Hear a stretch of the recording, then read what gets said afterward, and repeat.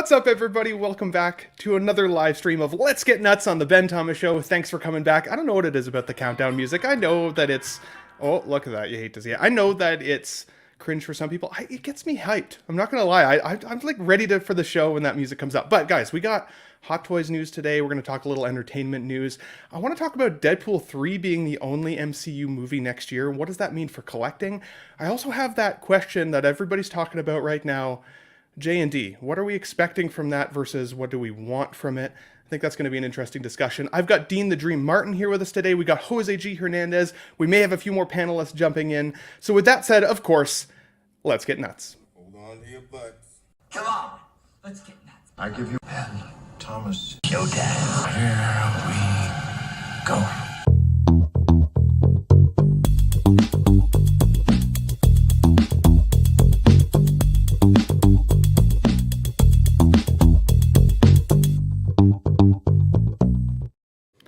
Alrighty. Let's get it all going here. So our first panelist today, I've already teased a little bit, but of course, Jose G. Hernandez has made a return. He calls himself the B. What do you call yourself? Captain B? The Backup or Avenger. Backup Avenger.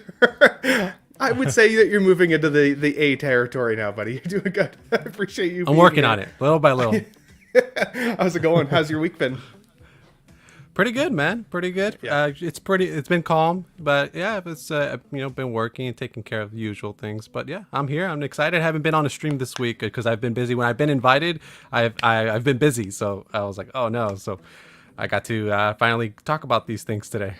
If you tell everybody you're busy, they want you more. It's a sales strategy I use in my business as well. I think it could work. So that's why, I'm only somewhat available for Dean when he asks me to game, because it keeps him really on the hook for whether we're going to game or not. You know what I mean? It's that tight friendship. Yeah. But dude, thank you for being here.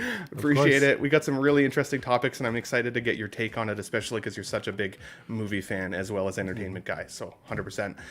Mr. Dean, the Dream Martin from Collecting Weekly. Good to see you, buddy. What up? Making a return to Let's Get Nuts. It's been a little while since we've seen you over here. Yeah, what's going on? I'm usually asleep, truth be told. I know. It's the weekend. It's Sunday. I Stayed up late on the Saturday. Stayed up all night, yeah. So. Yeah. I think it was it Gaming last... by myself. Yeah. Oh, I hate to see it. Was it last week? It was about an hour and a half after the show ended. You're like, did you guys go live yet? I'm like, yeah. we missed you, buddy. So, dude, good to have you here. Obviously, we typically see each other on Tuesday nights over on the main show on Collecting Weekly. We format this show just a little bit differently, so it doesn't feel like we're talking about the same things over and over, which is good. But of course, I'm happy to have you here, buddy. If you have to, step out momentarily to move your truck, please do so. I wouldn't want anybody else moving that bad boy. It's a huge truck. So 100%. Guys, we got a lot of topics to cover today. I'm gonna let the chat kind of roll in for a couple minutes before I say what's up to everybody.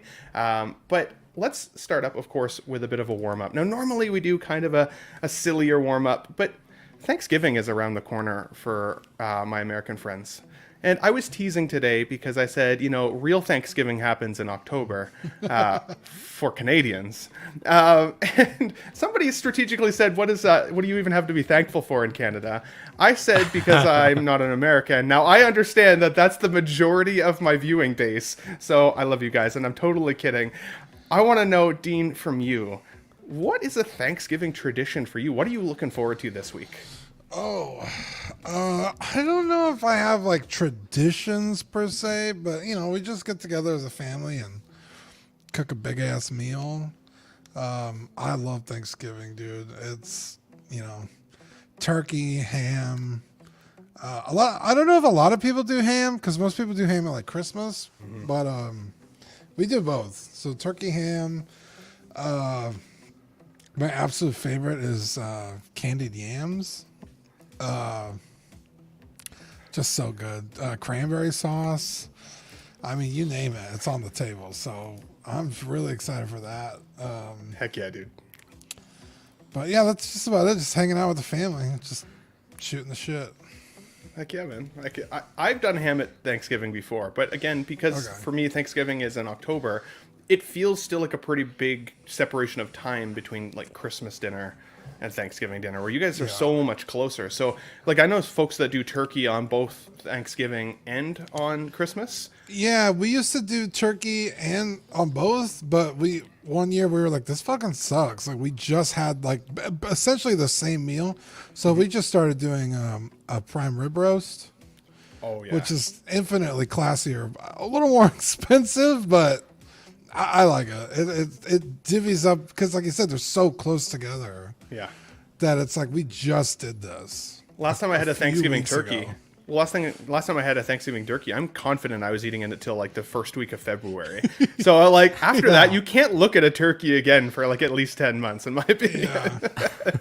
What about you, Jose? What's a family tradition or a household tradition, maybe just a you tradition that you look forward to on Thanksgiving? Well, it's kind of similar, just getting together with the family. Usually, lately, it's been my sister hosting. And she gets her in-laws, and it's kind of always a big group that we all kind of get together. So not necessarily a tradition, but it's just kind of always the same thing with, getting the families together and, kind of potluck. Somebody brings this, somebody brings that, and then, nice little, day together. Watching football as well. We'll put on the game, whatever game's on, and we'll watch football. Yeah. Heck yeah. Any embarrassing Thanksgiving stories that you are allowed to regale on a live stream? Oh gosh, why are you trying to make me tell stories, man? I like That's stories. How I get in trouble. Tell you what, actually, Thanksgiving. go ahead. No, Go I ahead. don't. I don't have anything for Thanksgiving. I don't have anything embarrassing. For something else, maybe, but not. It's probably a good thing. That sounds way more classy, honestly. I once had a Boxing Day celebration with family, so it wasn't Thanksgiving, but it was like Boxing Day, day after Christmas. All my British relatives together, and you're with family. You're not worried about getting home from the bar that night, so you're allowed to let loose a little bit more. My uncle, who is 6'4", very large man, was pouring me double rum and cokes. Started at about 4:00. Right? I'm a big guy. I can hold my rum, no problem. The last time I remember seeing on the clock was about 8:30. I then woke up in pitch blackness in my poppy's basement. I had no idea where it was, what time I was, how I'd got down there. This is a big, crazy flight of stairs to their basement. Like, no idea. I start feeling my way around. My brother in the dark is like, Ben, you're in the basement. We carried you down because you were hammered. And I was like, oh my God. Apparently, I offered my 14-year-old cousin a joint that evening. I didn't even have any weed with me. So I obviously don't know what I was talking about. I had a debate with my uncle as to whether alcohol was more healthy than weed and vice versa. Don't remember any of that. Apparently, I danced in the living room with my family. I've got a picture of that on my Facebook still that I'll share one day. Super embarrassing shit. Needless to say, my mom was not very pleased with me for all of those shenanigans. So don't do that. Forgive me for being maybe an uncultured American, but what the fuck is Boxing Day? Oh, you guys don't have Boxing Day? Okay, so Boxing Day Oh, Boxing I Day thought you were like watching a boxing match or something. No, I'm glad you asked, actually. I thought you guys had Boxing Day. So Boxing Day is usually the day after Christmas Day. So it's like you usually can go, and that's when there's a lot of almost like Black Friday style like sales. It's like Boxing Day sales. Basically, all the money you didn't spend on Christmas, you can then go the day after Christmas and Or spend got even for more money. Christmas. Or you can Nice. return things, you can swap things out, right? So there's been a couple times where I got the same movie twice, and you end up standing in line at a Best Buy for 45 minutes to swap it, but you end up getting some pretty good deals that way. So yes, Boxing Day is the day after Christmas here in Canada. So good to know you guys don't have that. So what do you guys call it anything, or is it just the day after Christmas? It's just the day after Christmas, yeah. See, Boxing Day for me in Canada is actually one of my favorite days because I usually am selfish and try and stay mostly by myself or with really tight family, like on Christmas itself. And then Boxing Day is for like friends and family gatherings and stuff like that. So either way, good to know. You learn something new every day. Having said Ben, that, though, yes, go ahead. I have one question. You were mentioning ham, but you're Canadian, so are you referencing bacon, or I'm confused? Because aren't they the one and the same thing? Or, They are or not how's the it work same over there? thing. They are. I mean, they come from the same animal, but they are not the same thing. So there's Canadian back bacon, which is like a very like fatty bacon, and I don't love that, to be honest. Some people really like back bacon. Sounds gross to me. I just don't like it. crispy bacon definitely is one thing, but we have like ham, like spiral ham, for example, that we'll get, or like pulled ham, where it's like you basically unwrap it, like take the rope off of it, and then once it's cooked, you can literally like pull chunks of ham out, kind of like if anybody ever saw the movie like Hook back in the day with Robin Williams. Remember when they have that feast and they're just like, you know, pulling food out of things, and like, that's what it reminds me of, eating those big spiral hams. So, and again, I eat that shit for 2 months after the fact. So, Okay. Eddie Rodriguez says Canadian bacon on pizza is delicious. It is, definitely flares up the flavor. That is for sure. Black Friday sales, though, since we're on the topic of Boxing Day and sales, Black Friday is just around the corner here for us all as well. Now, I don't think it's as big about like in Canada as it is in the States. In fact, a lot of my Canadian friends often will take trips to the States for a day or two around Black Friday to kind of take advantage of those sales before coming back across the border. But I also feel like for the last couple of years, Black Friday and Cyber Monday have become much more of like an internet phenomenon than you go wait in line at the store like you used to and then fight people to the, you know, the Barbie aisle and all of that thing. So, Jose, what is something you look forward to this Black Friday? Are there any purchases you're planning to make? Anything you've been kind of holding out for, whether that's a video game, maybe a movie, maybe a figure, anything like that? What are you going to be shopping for this year, if anything? So Black Friday usually was always Friday, and going to Best Buy and picking up the the latest physical, release, physical media release that there was, right? You could pick up, Blu-rays for $7.99, $8.99 USD. So that was back then, and then they moved it up. Best Buy started opening basically around 7 or 8 on Thursday, and calling that the Black Friday sale.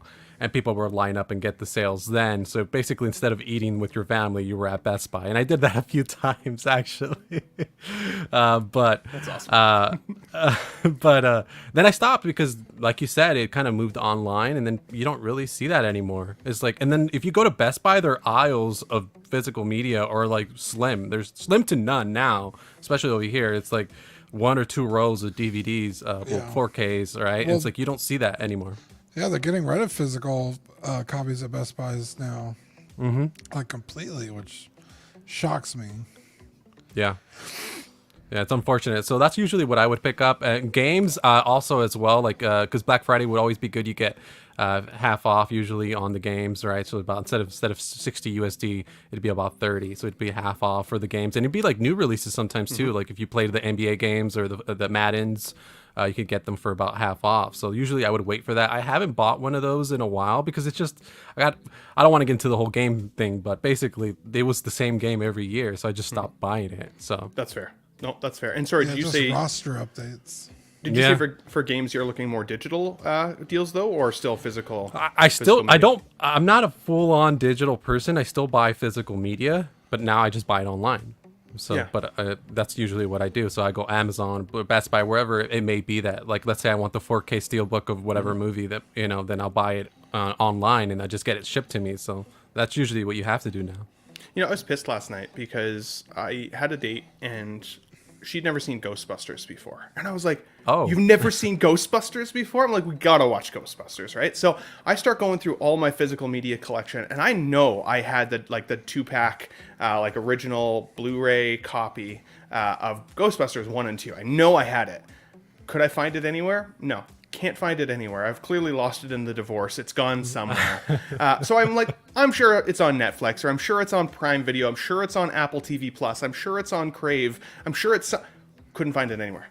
And I'm like, okay, this still to me solidifies why I need a physical copy of clearly Ghostbusters and some of my favorites, because I could rent it for $4.99, but I know I could go back to Walmart right now to the $5 bin and likely find it on Blu-ray for $5. So why rent it if you can still buy it? Like, I don't know. For me, it was a piss off, but Ghostbusters is a staple for the collection. That definitely shows the importance of physical media to still 100%. keep it. But it's unfortunately everyone has moved to digital, just watch it. Sometimes you'll have the copy of it and you're lazy enough that you don't want to go and put in the Blu-ray, that you just watch it on the streaming, even though technically the quality would be better on your disc, but Yeah.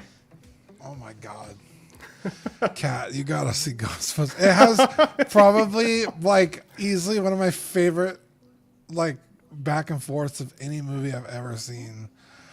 where he's like, it's Dickless over here's fault, and he's like, is this true? He's like, it's true. This man has no dick. Oh my god, it's so good. That scene alone, I amazing. love that. Well, let's give them a break. How old are they? You know? Oh, that's true. 25. That's like, I feel like in 25 years of life, you should have had an opportunity to maybe see it, but no Yeah. shade, no shade either. I'll tell you, I am 30, and I saw Ghostbusters 1 and 2 for the first time a few months ago. Wow. Okay. Okay, I've crazy. Yeah, I think by 25 I had definitely seen them before, but I was late to the party because my friend Corey is like obsessed with Ghostbusters. It's about when the video game came out. He was playing it really heavily, and I was like, I guess I got to give this a shot. And I had seen them when I was like really little, but you don't remember shit when you're like a kid. No, So I 100%. rewatched them, and yeah, the Ghostbusters are definitely worth the hype. I love the Ghostbusters. Even just the soundtrack, and like she'd seen Beetlejuice, she'd seen some of these other like what I consider staple movies. So I'm like, Ghostbusters is a staple for me. I even have the Lego Ecto one, and I love that little set. Like, great times. But Dean, going to you, what are you excited for Black Friday this coming year? Or if anything, are you planning on looking for anything? Yeah, I got a lot of stuff I want to get for Black Friday. Mostly as a Second Amendment fan in these United States. A lot of gun stuff. Just like ammo. Ammo was very expensive, especially depending on what gun you're shooting. Also, like, I really want to buy a dedicated gun safe. And safes can get very expensive very quickly. So, yeah, I'm looking to pick up one of those. Extra magazines, right, to hold all your bullets in, and a range bag. I just ordered a bunch of patches. In fact, can I grab them really quick and show you how red-blooded American this is? Hold on. While you're grabbing it, I'm going to bring in another panelist who just happened to class the place up from backstage. We have SpongeBob SquareBowls, Mr. Classy Thomas himself in the house. Good to see you, buddy. Thanks for joining in. How's it going? Thanks. I'm going pretty good. Hey, what's going on, Jose? Yeah, Hey, doing Tom. pretty good. Sorry But, I'm late, but I thought you were maybe sleeping. I was like, no, I was. I had to feed the pet, and then I That's what they call had it these days. had eh? some things that I had some things I was working on at the house that I didn't want to leave undone until I finished them. So I said, well, maybe about 10 minutes later. So I figured that it would be better than trying to pick up from where I started, where I left off. So yeah. Classy, I was disappointed that you might not be here because I haven't seen your ass in 2 weeks. And then when I know, saw you backstage, like, this is legitimately how I felt.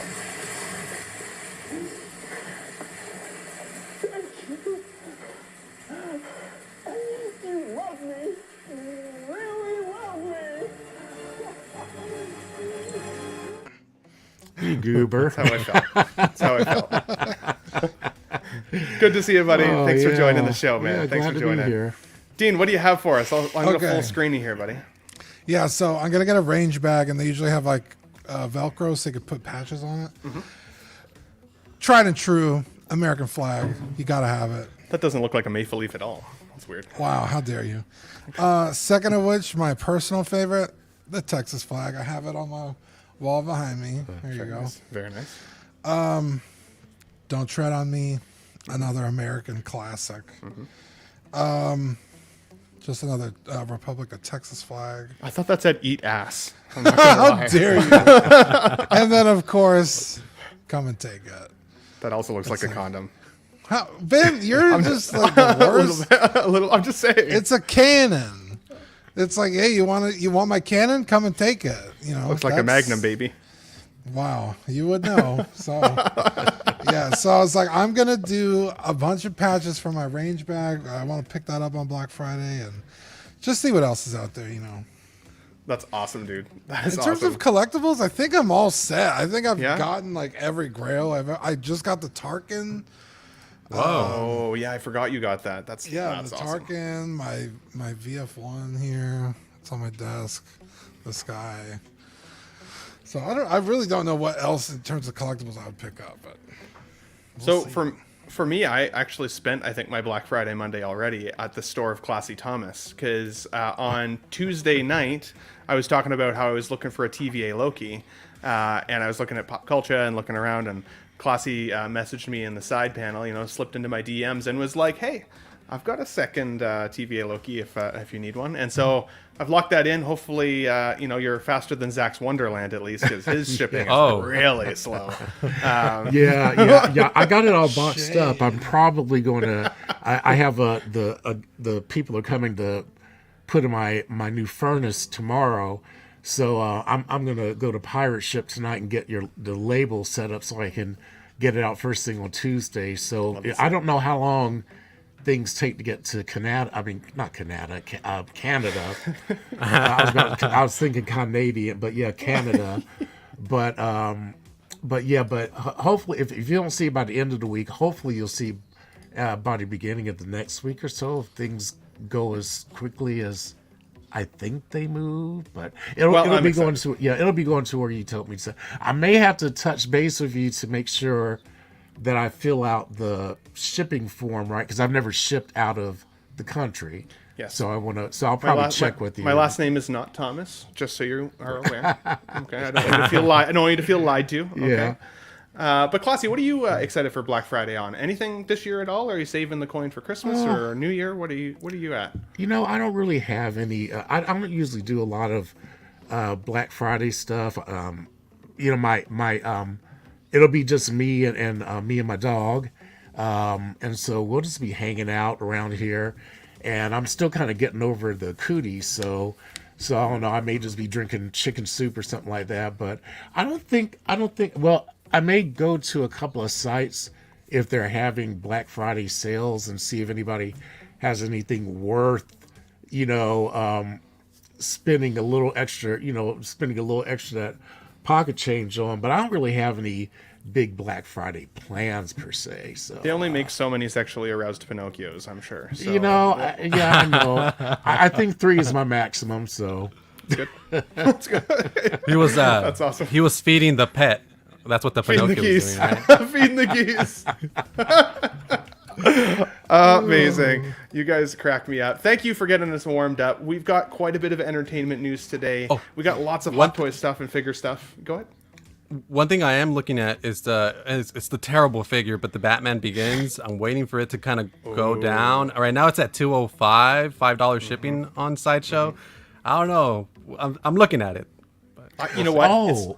It's I'm funny you sorry. say that, because I've thought the same thing too, but I've been holding off because Eddie just got one, and then he's been putting all this money into a custom cowl and a custom cape and all the things. So I'm like, I don't know if I want to go down that road. What were you thinking, Classy? I was about to tell you that I may have already done my Black Friday, because I was telling Dean and Zach on why do I keep wanting to say after midnight on the after dark that I got my PlayStation 5. They had a really good deal at Target where you get that, and it's a bundle where you get the PlayStation 5 and the Spider-Man 2 game as a bundle. That's a sweet and so I got it. I'm debating whether or not I'm gonna hook it up to my computer or my 55-inch flat screen down in the basement. But I don't know. If I put it downstairs and when people come over, they get to share it, and I don't know if I want to share my shit.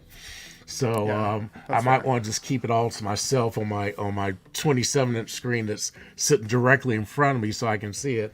But yeah, so I did get that. I did get that, and that's I'm kind of looking forward to it, because I finally the guy who came in and fixed my alarm system the other day, he actually told me about the deal and said, okay, well, you might want to get the Spider-Man 1 game and then do the Miles Morales and then do the other one. And so I asked Dean and them, I said, I said, is that a pretty good order? They said, yeah. They said, it's kind of, you kind of follow a little story. I thought you just played a game and kicked people and swung on the, I didn't know it was like telling a story. I'm not used to games like that. I'm just used to games where you kick somebody and then Yeah. and then it says, "Oh, or you're out" or something like that, and then you try again. So those are the video games I used to play. So It's certainly not a button masher. There's quite a bit of story, very strategic button combinations and everything that make you feel more like Spider-Man than any game I've played previously. And I would say I loved Spider-Man 1. I loved the Miles Morales game, especially around Christmas, because it's set at Christmas. And if you play it just mostly story campaign, you can do it in about 16 hours. So if you have a good couple, 2 days to kind of plug some gaming in, Miles is a great game to play over the holidays. But you will not be disappointed with that game. I would recommend it on the big screen, though, Classy, if I'm not going to lie. Like, the city of New York to explore it is absolutely stunning. But I do want to check in with the chat. Guys, let us know in the comments down below what you guys are looking for your Black Friday sales, and I'll read them out as they pop up. Also, if you're watching on the replay after the fact, always want to hear from you guys as well. Let's check in with the chat first, guys. Is that everyone? I can want it more.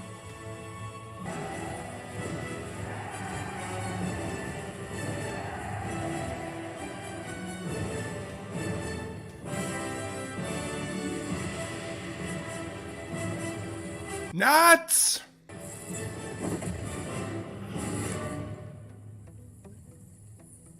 Assemble. Wow. Wow. That's the most enthusiastic nuts I've ever heard. I tried to match the cadence of Captain America. I don't know if I nailed it quite. But we've got Vintage Rebellion's podcast in the chat. He is watching with popcorn. Love to see it. Don't choke on the kernels? Yes, don't choke on the kernels. Eddie Rodriguez with several nuts in his comment. You love to see it. We've got Lane Kramer here, says, Ben's about to go nuts on us all. Don't you know it, good sir? I'm wearing my Bucky Beaver sweater, as is tradition. We've got myself in the chat. We've got Tyria in the chat. Salutations, everyone. Good to see you here, buddy. We've got 6 Scale Collector. What's up, everyone? Hello, Ben and company. Always good to see you back here. And yes, I was ragging on the Americans a little bit. I realize that is the majority of my subscribers, though, so I'm just totally kidding. I love you guys. Never leave me. I swear to God. We got a family football, food, and liquor as a Thanksgiving tradition, it looks like, for Eddie. That is pretty awesome. Tyria says, unfortunately, we don't have Thanksgiving in Netherlands, but I see it in the movies all the time. Looks like a great time with family and lots of good. Honestly, it's one of those things to me that, like, it's nice every year to think about what I am thankful for the year. There's a lot of people that are having really tough times in the world. As a collector community, I feel like for the most part, we're all relatively fortunate. We have, relatively stable jobs, or we're allowed to spend a little bit of fun money on cool shit like collectibles and, physical media and stuff like that. For that, I feel thankful, but I also feel thankful for good friends and good family and people that I love in my life. I would not have gotten through some of my hard times over the last couple of years without even just the guys in this panel, literally. And so for that, I am super, super thankful. We got Connor in the chat, says, I thought Jose was Justin from Justin's Collection. A little bit more facial hair, I think, if anything. But I could see it. We got this Boston motherfucker in the chat here. 12-inch Moose Stream. You love to see it. Hello, community of collectors. Thanks for the new live stream. Love him. He's an awesome dude. He says, Boxing day after Christmas, is when you box things up that you don't want. It's a British tradition. Love to see that. We've got uncarded reviews in the chat with several flames. Love to see that as well. Thank you so much. Connor says here, I've been closely monitoring the Nintendo Switch prices, to be honest. He's got the Zelda itch. So I bought the original Nintendo Switch when it first came out for Breath of the Wild, played the shit out of that, played Mario Odyssey, which was a shorter game, honestly, than I expected, beat that. And then at the time, there was nothing else on the horizon that I was looking for, so I sold it. And then when Tears of the Kingdom was announced last year, I was like, that will be when I buy the Switch again. I got the OLED machine this previous, couple months ago anyways, and love that game, dude. So if you got the Zelda itch, it is 100% worth it. We're also going to be talking about a prop replica of the Master Sword here coming up from Tamashii Nation. So stay tuned for that as well, because I'm excited to hear what the panel thinks of that. But let's take a look here. Any more folks in the chat? We've got Katera in the chat. She says, that was me with regards to Ghostbusters. She sucks that she's never seen it. That's okay. We can rectify that. That's okay. Don't you worry about it. We got Loco Lou in the chat says, "What's poppin', people?" I don't think I do it as well as Luco, but good to see you here, buddy. Make sure you subscribe to Loco Lou. He's been killing it on his channel over there as well. Good guy and always super supportive in the community. It's really appreciated, buddy. And then Justin McFly in the chat with a rocket ship, a couple of beers, 100%, and a thumbs up. You'll love to see it. And lastly, we've got TX Boy 210 in the chat says, "For sure, bro, no problem." Over to Eddie Rodriguez, whatever that's with regards to. Hopefully you got a code or something you're looking forward to. Guys, let's move on into the topics. We're half an hour in and we've got lots to still cover today. So I want to talk about this first. Variety was reporting this week that Fantastic Four is eyeing up Pedro Pascal to play Mr. Fantastic. Now, obviously, Pedro is the hot commodity right now, coming off of The Last of Us, coming off of even Game of Thrones, which one of the best death scenes I've ever seen for a character, in my opinion. But he's an awesome actor. I really also loved The Incredible Weight of Unbearable Talent, I think is what it was called, with the Nicolas Cage film, and he was in that. Really good movie, which I wasn't expecting, so worth seeing there. My thoughts on him as Mr. Fantastic? I absolutely think he could do it. Don't get me wrong. I'm not totally confident that he's got like the physical presence for it, but Mr. Fantastic is stretchy. He can be a little bit more slender of a dude. I think it's his science brain that really attracts me to that character, and I do think that that's something that Pedro could really pass off well as like that super genius, right, that we expect from him, that I don't really feel like I got from the John Krasinski one in Multiverse of Madness. Like, he made some really critical decision making that cost him his life that I don't feel like Mr. Fantastic would have done. So to me, even though that was a cool fan casting, I don't know. This I'm on the fence for, though. Jose, I want to hear from you first. What are your thoughts on Pedro Pascal potentially stepping into the role of Mr. Fantastic? You had to go with me first. Okay, so it's interesting for sure. With these castings, it kind of feels like a roller coaster with all these potential castings. I don't even know what to believe anymore. So many different actors have been put their name out there for potentially being Mr. Fantastic. This seems a little bit more legitimate, just based on all the traction it's had and all the different sources and people, leakers talking about it.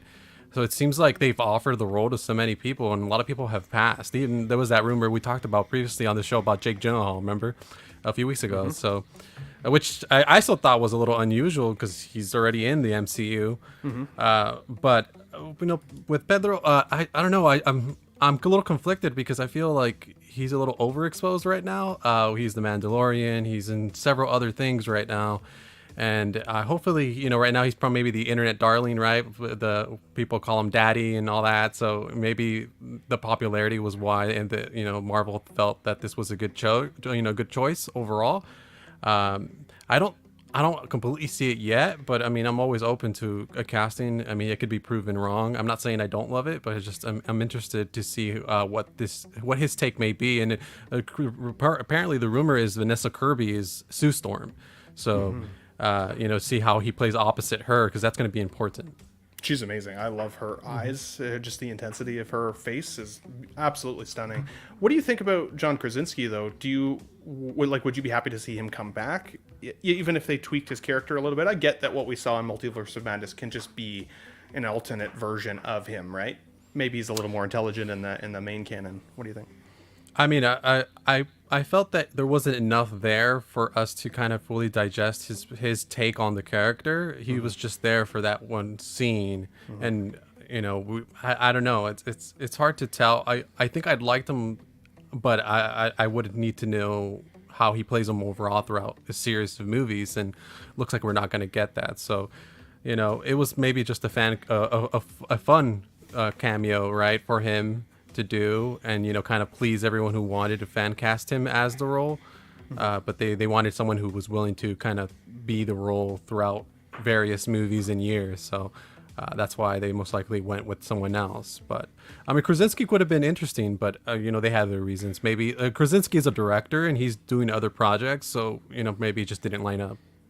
Jose, you brought up an interesting point there, especially with regards to actual age of a person, right? So if we're just being introduced into Fantastic Four sooner than later here, and somebody, in the age range of Pedro is being cast potentially as Mr. Fantastic, Dean, do you think that somebody like Pedro is then technically a little bit too old to take on this new mantle, or do you think he is an appropriate choice based on kind of how he can present himself as the character?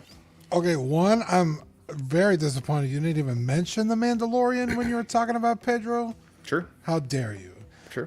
Second, Pedro has already kind of proven himself to be. I liked him in Wonder Woman 84 the most, yes. Just kidding.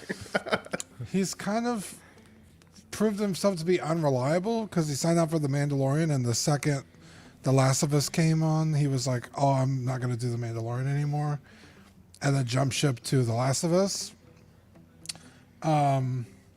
So it's like, is he really going to be down to carry a franchise for here on? Because the Marvel movies aren't one and done. They are, 3, 4, 5, 6 movies long, depending on the character and what direction Disney and Marvel are going to take for the movies going forward. So I don't know. I'm not a huge fan of this.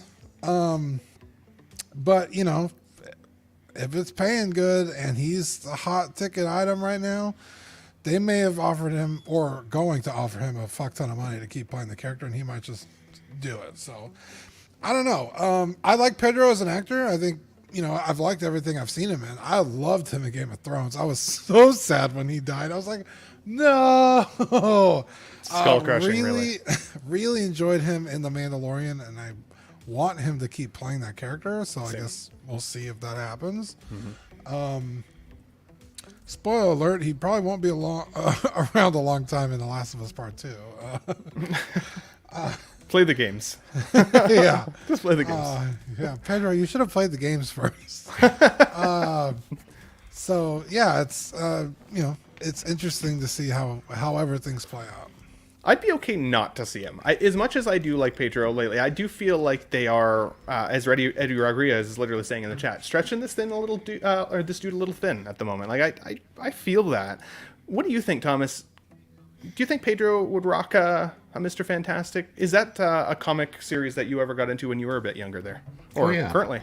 Yeah, I do read the Fantastic Four, and I mean, I think he would do as good a job as any other actor. I mean, he's a very good actor, and I think a lot of the time, it is who gets in the role and inhabits the role, and whoever inhabits the role is the one that we start seeing. For example, people have a hard time thinking of anybody other than Hugh Jackman as Wolverine. Now, me, I had to grow to enjoy him as Wolverine because he did not match what I saw in the comic books. So I'm actually looking forward to seeing a new Wolverine to see if they can do something a little bit more comic accurate. But I think that he could do a good job. But one of the issues that they were dealing with a lot of the other actors and actresses that they were offering is that they were asking for too much money.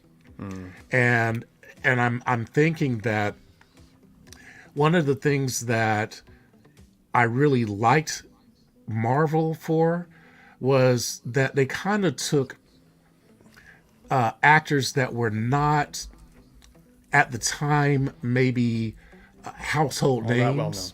Yeah, they were known and they were seen, but they weren't all known as household names, and they inhabited the role and they became that. So I kind of wish they would go and cultivate new talent.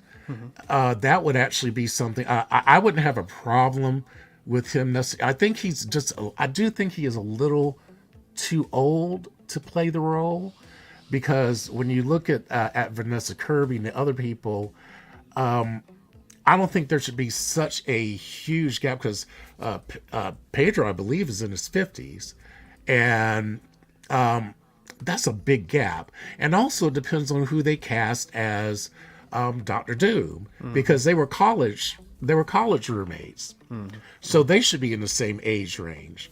So I don't know. I'm not really. I'm not convinced, but I know that I'll go into the movie expecting it to be great, and if they have great actors in it, I'm sure it will be. But yeah, I'm not too sure about this one.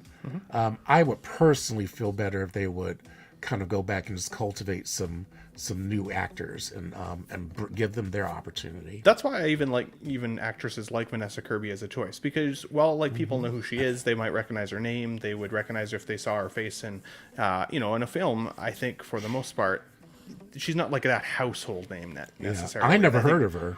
And again, she's wonderful. I think when it comes to Pedro here, like, age is a nasty beast that catches up with all of us. I think about, movies like Shang-Chi, for example. I loved Shang-Chi. I thought that was a great film.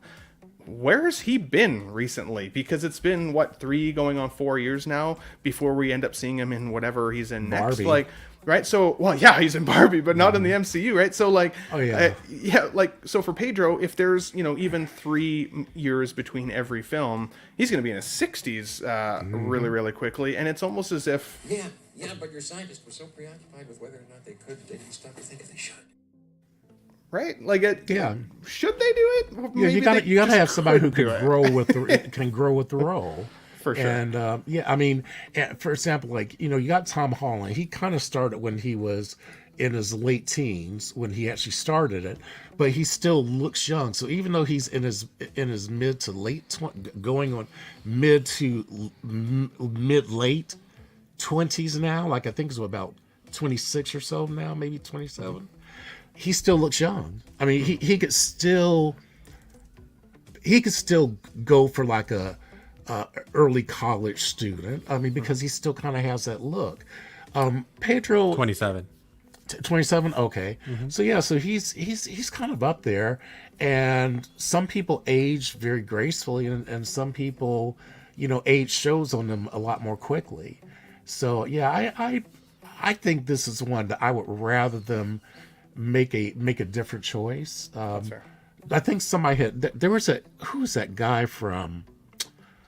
I think he was the guy who was in that TV show on USA Network. I think it was called, I think his name is, God. Oh, what is the name of that show? I wish I could remember the name of that show, but when I looked at him, I said, oh, he kind of looks like he could be Mr. Fantastic. And I said, that's you know how you see somebody and you say that looks like what I would expect this character to look like.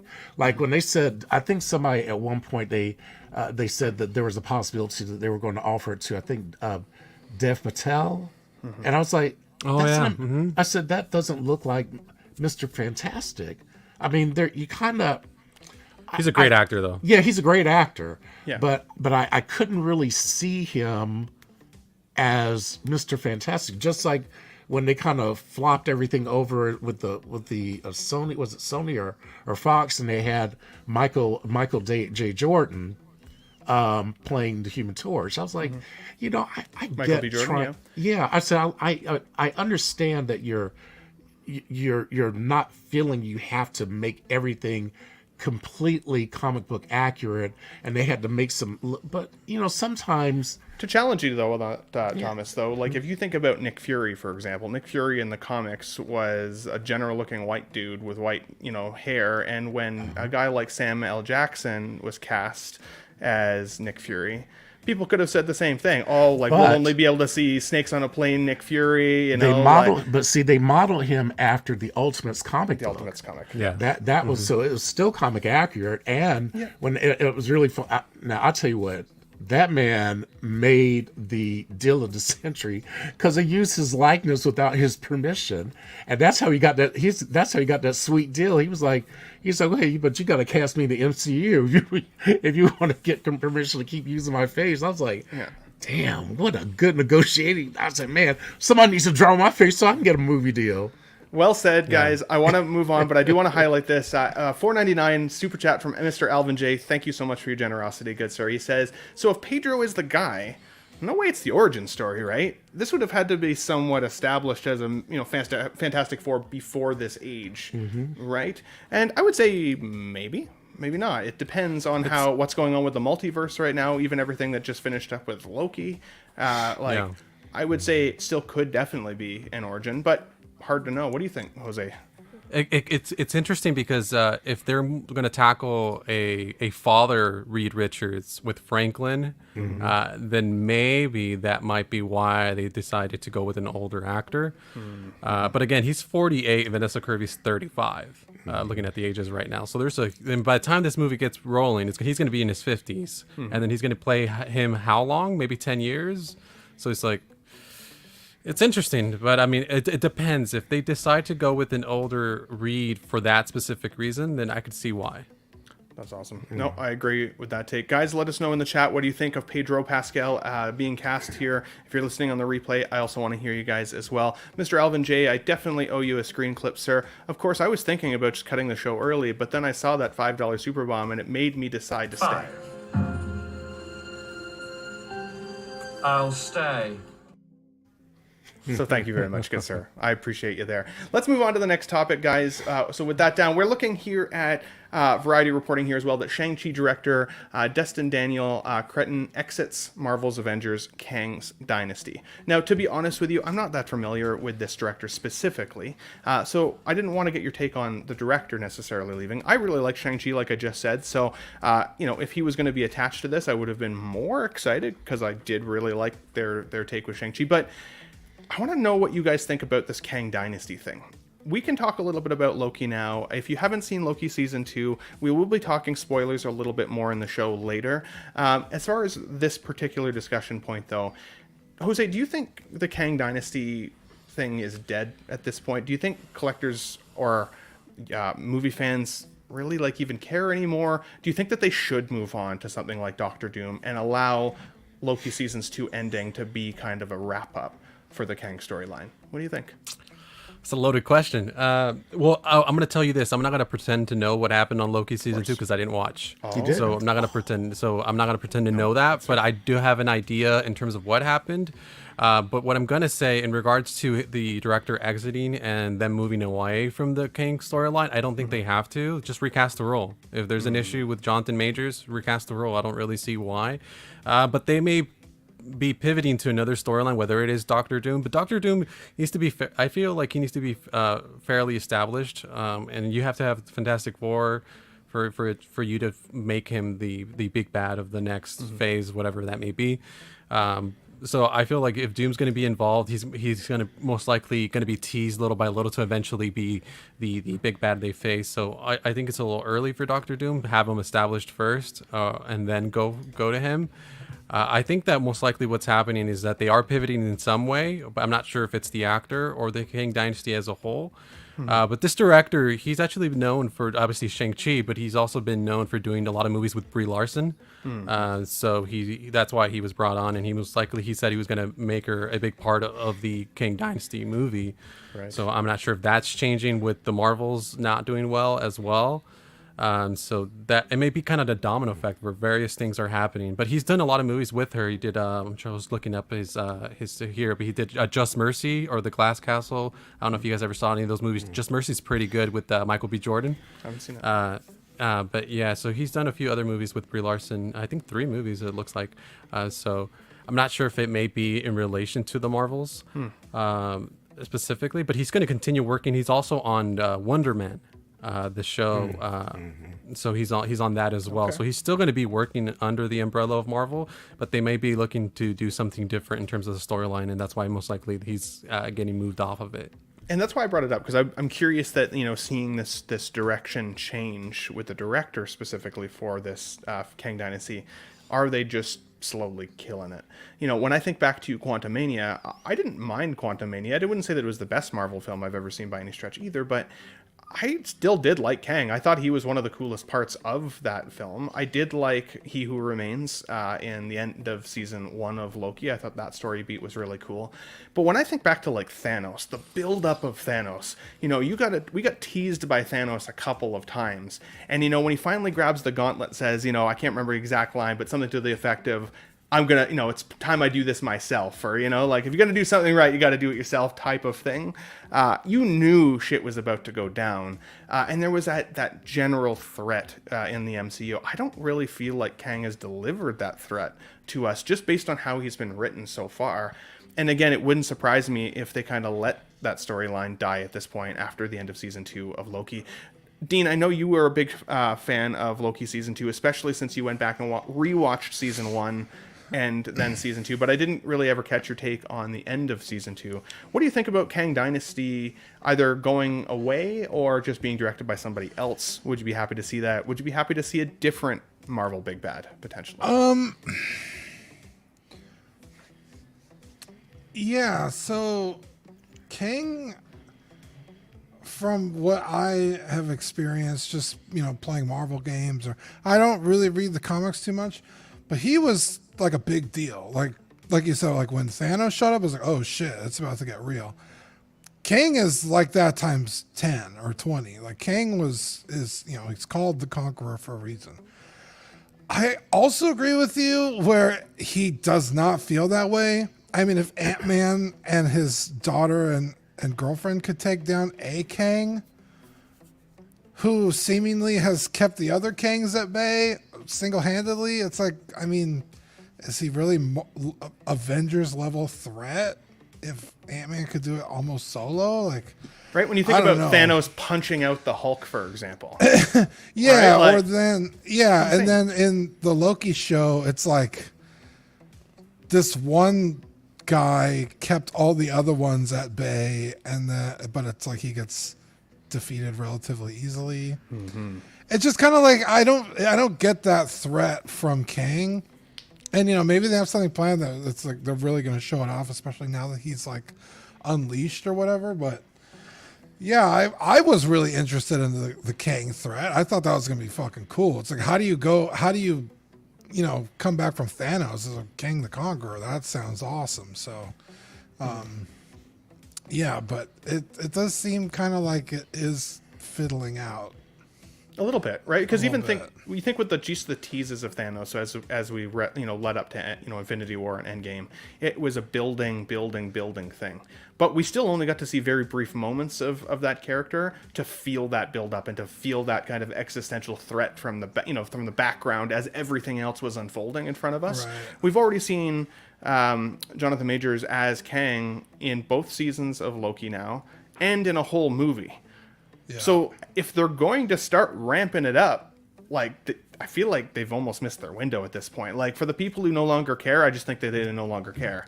It will be very hard to bring them back into that. Yeah, even in the Avengers 1 movie, where Loki kind of is tasked with taking over Earth, you kind of saw him answering to these like alien guys. And they were like kind of scary. Like, if Loki is bowing down to these guys are scary. And then at the end, Thanos fucking like snaps one of their neck with just like his thought or something. And it's like, holy shit, if these guys are making Loki scared and they're scared of this guy, what is he capable of? But Kang, we haven't really, it's like, oh, Kang like is so bad. There's other versions of him that are worse than me. So, you know, it's like, but are they? Because two of them have been, you know, handled with relative ease. So it's like, how are the weakest ones of you able to keep the rest of you back? I don't get it. Well, and like, you know, when I first heard of Kang being like maybe the next big bad, I was pretty excited. And then as his storyline has fizzled out for me just a little bit, I honestly, and maybe I'll get some hate for this, but I relate them a little bit more to Ultron, where it was like, the Age of Ultron sounded like it was going to be crazy, and then that was all, pretty contained in within one movie. Yeah. If they hadn't given us the What If Ultron storyline, I feel like most of us would have never truly realized just how scary that character could have become if he'd been successful, right? Yeah, I think like a 2-part movie would have been way cooler. Like, Ultron beat the event, almost like an Empire Strikes Back kind of thing. Like, Absolutely. at the end of the first movie, he wins, and like you said, the Age of Ultron, like you expect it to be Not like, necessarily one movie. an afternoon, right? Yeah, Yeah, right. But then if I think about other potential big bads, I think about even, X-Men looking at joining MCU here pretty soon, hopefully, right? Like, we've seen Galactus is huge, though. Like, Galactus is bigger than a planet, so I don't know how they would make that like a... Well, they did that with Eternal. I don't know if you've seen Eternal. I know, and there's still an Eternal sticking out of the ocean somewhere that nobody talks about, right? But yeah, and it's like... I think if anything, it would actually be more like Apocalypse would be the next potential big bad in the X-Men. Cool. But we've seen Apocalypse before too, right? So I don't know how well that would test. I know, I get it. It was it wasn't the greatest film, but like we have seen him before. That does potentially put a little bit of a dirty taste in people's mouths. And Doom, I think, would be another potential. But even still, I don't know. We've seen Doom also in many same argument. We've seen Doom a couple times. I don't know if he would bring the weight that Thanos once did. So it poses a really interesting question, but I would love to hear from what you guys think in the chat as well. Classy, I sent you a message. I was gonna skip you on this one, but you can't skip me on this one. You can skip me on the next one. I love it. Classy's interjected. Tell me what you think here of this this news, well, Classy. To be honest with you, all right, there's a couple of things that I think they could do. Mm-hmm. And I do kind of get the feeling that they're kind of veering away a little bit from Kang. But that's not necessarily a bad thing. Because if you notice, Jose, you may want to plug your ears when I say this because it's about Loki, unless you're okay with spoiler. But they beefed up Loki to the point that he really is what they're calling him now at Marvel. They're calling him God Loki, and he is at God, truly at God level. Before he was kind of nerfing himself, but he is basically the master of the time stream, and I think they kind of made Loki in a way that if they wanted to veer away from Kang a little bit, it will be okay, because they brought up that little thing where they said, well, yeah, there was a variant of 616, but they handled it. So it kind of makes it seem like, okay, their whole job now is to monitor Kangs on the side. So they could still keep him to the side and develop him a little bit later into, because none of them have shown themselves to be the threat that he actually is. But they could actually now build him up if they wanted to. Now, the thing that I like about Doom, though, is that Doom is basically, people know him mainly as a Fantastic Four villain, but he's everybody's villain. Doom has fought everybody in the comic books, and he has meddled in everyone's lives and has and not only that, but I think in Secret Wars, he was the one who basically, God Emperor Doom basically created Battleworld, which is where all of those heroes were put, which seems to be like what they may be moving toward. So, but I do believe that they're going to have to introduce, if they're going to do that, they need to introduce him soon, and they need to start building him in so you can see that he's a threat, just like they did with Thanos. Because God Emperor Doom is...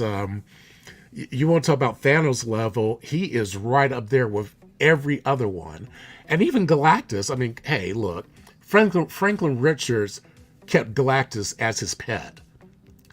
So Galactus I didn't know that. Oh yeah, he look, Franklin Richards is a badass. I mean, if he turns bad, he could be the next villain, because he's a badass.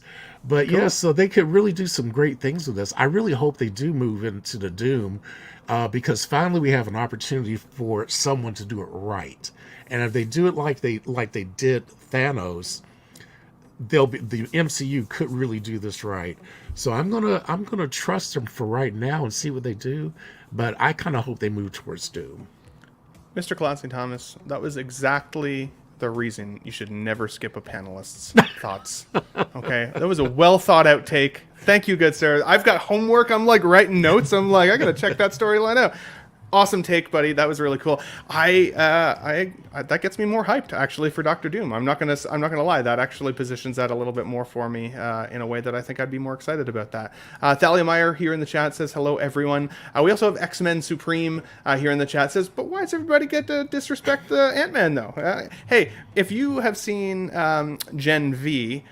I'm curious why Ant-Man never pulls a maneuver that we've seen in that particular show. I don't want to spoil it for anybody. Oh, you mean? I don't want to spoil it for anybody. Was but it Hero-gasm? no, I don't know. No, it wasn't Hero Gasm. No. That was But that's another.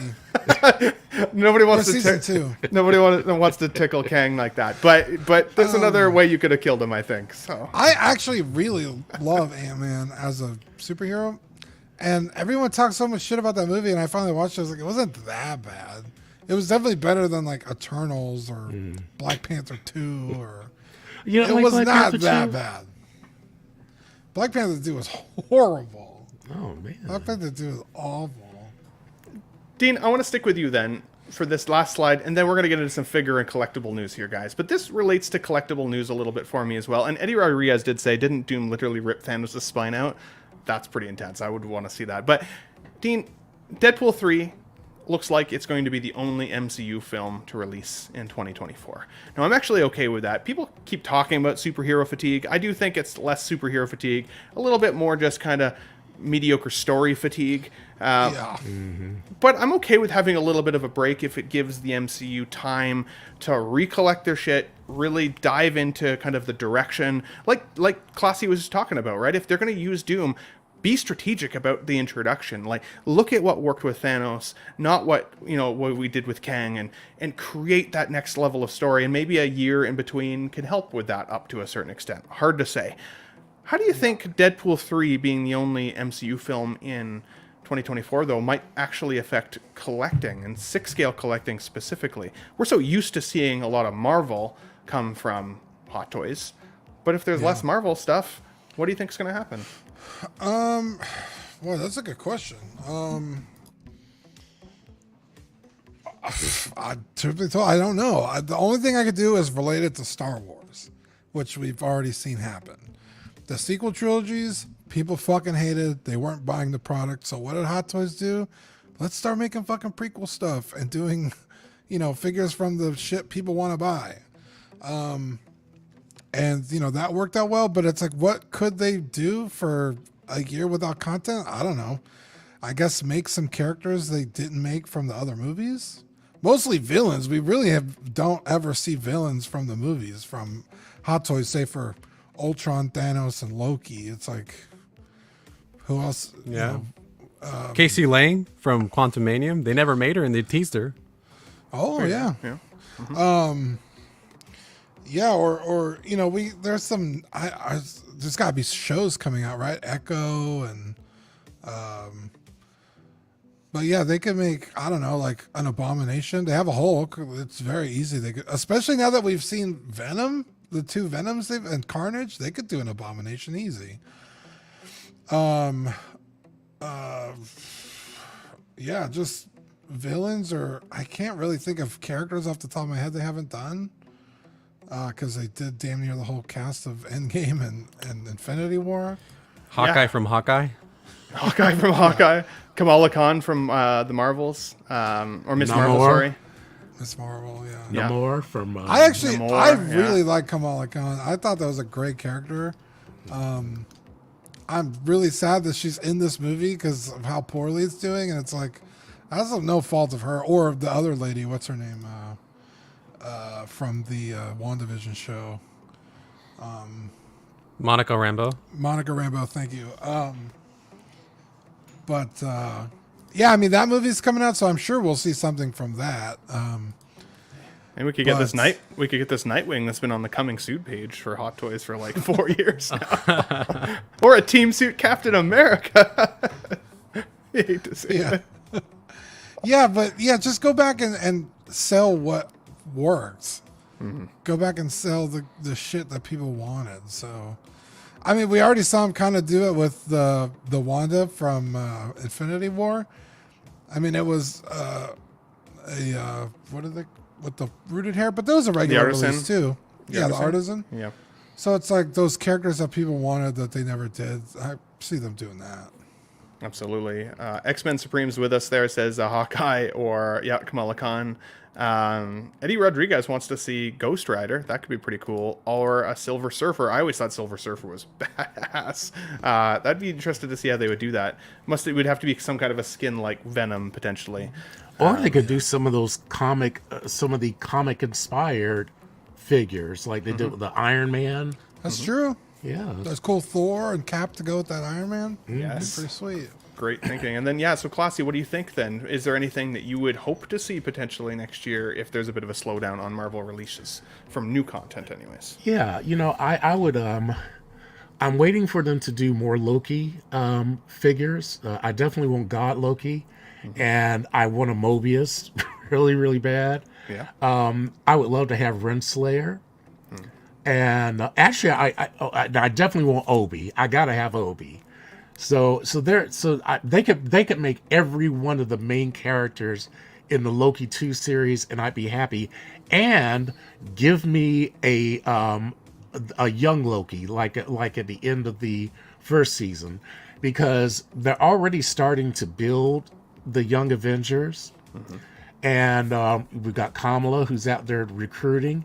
So build and start giving us some of these younger characters. We already have Kate Bishop. So they could do some of those.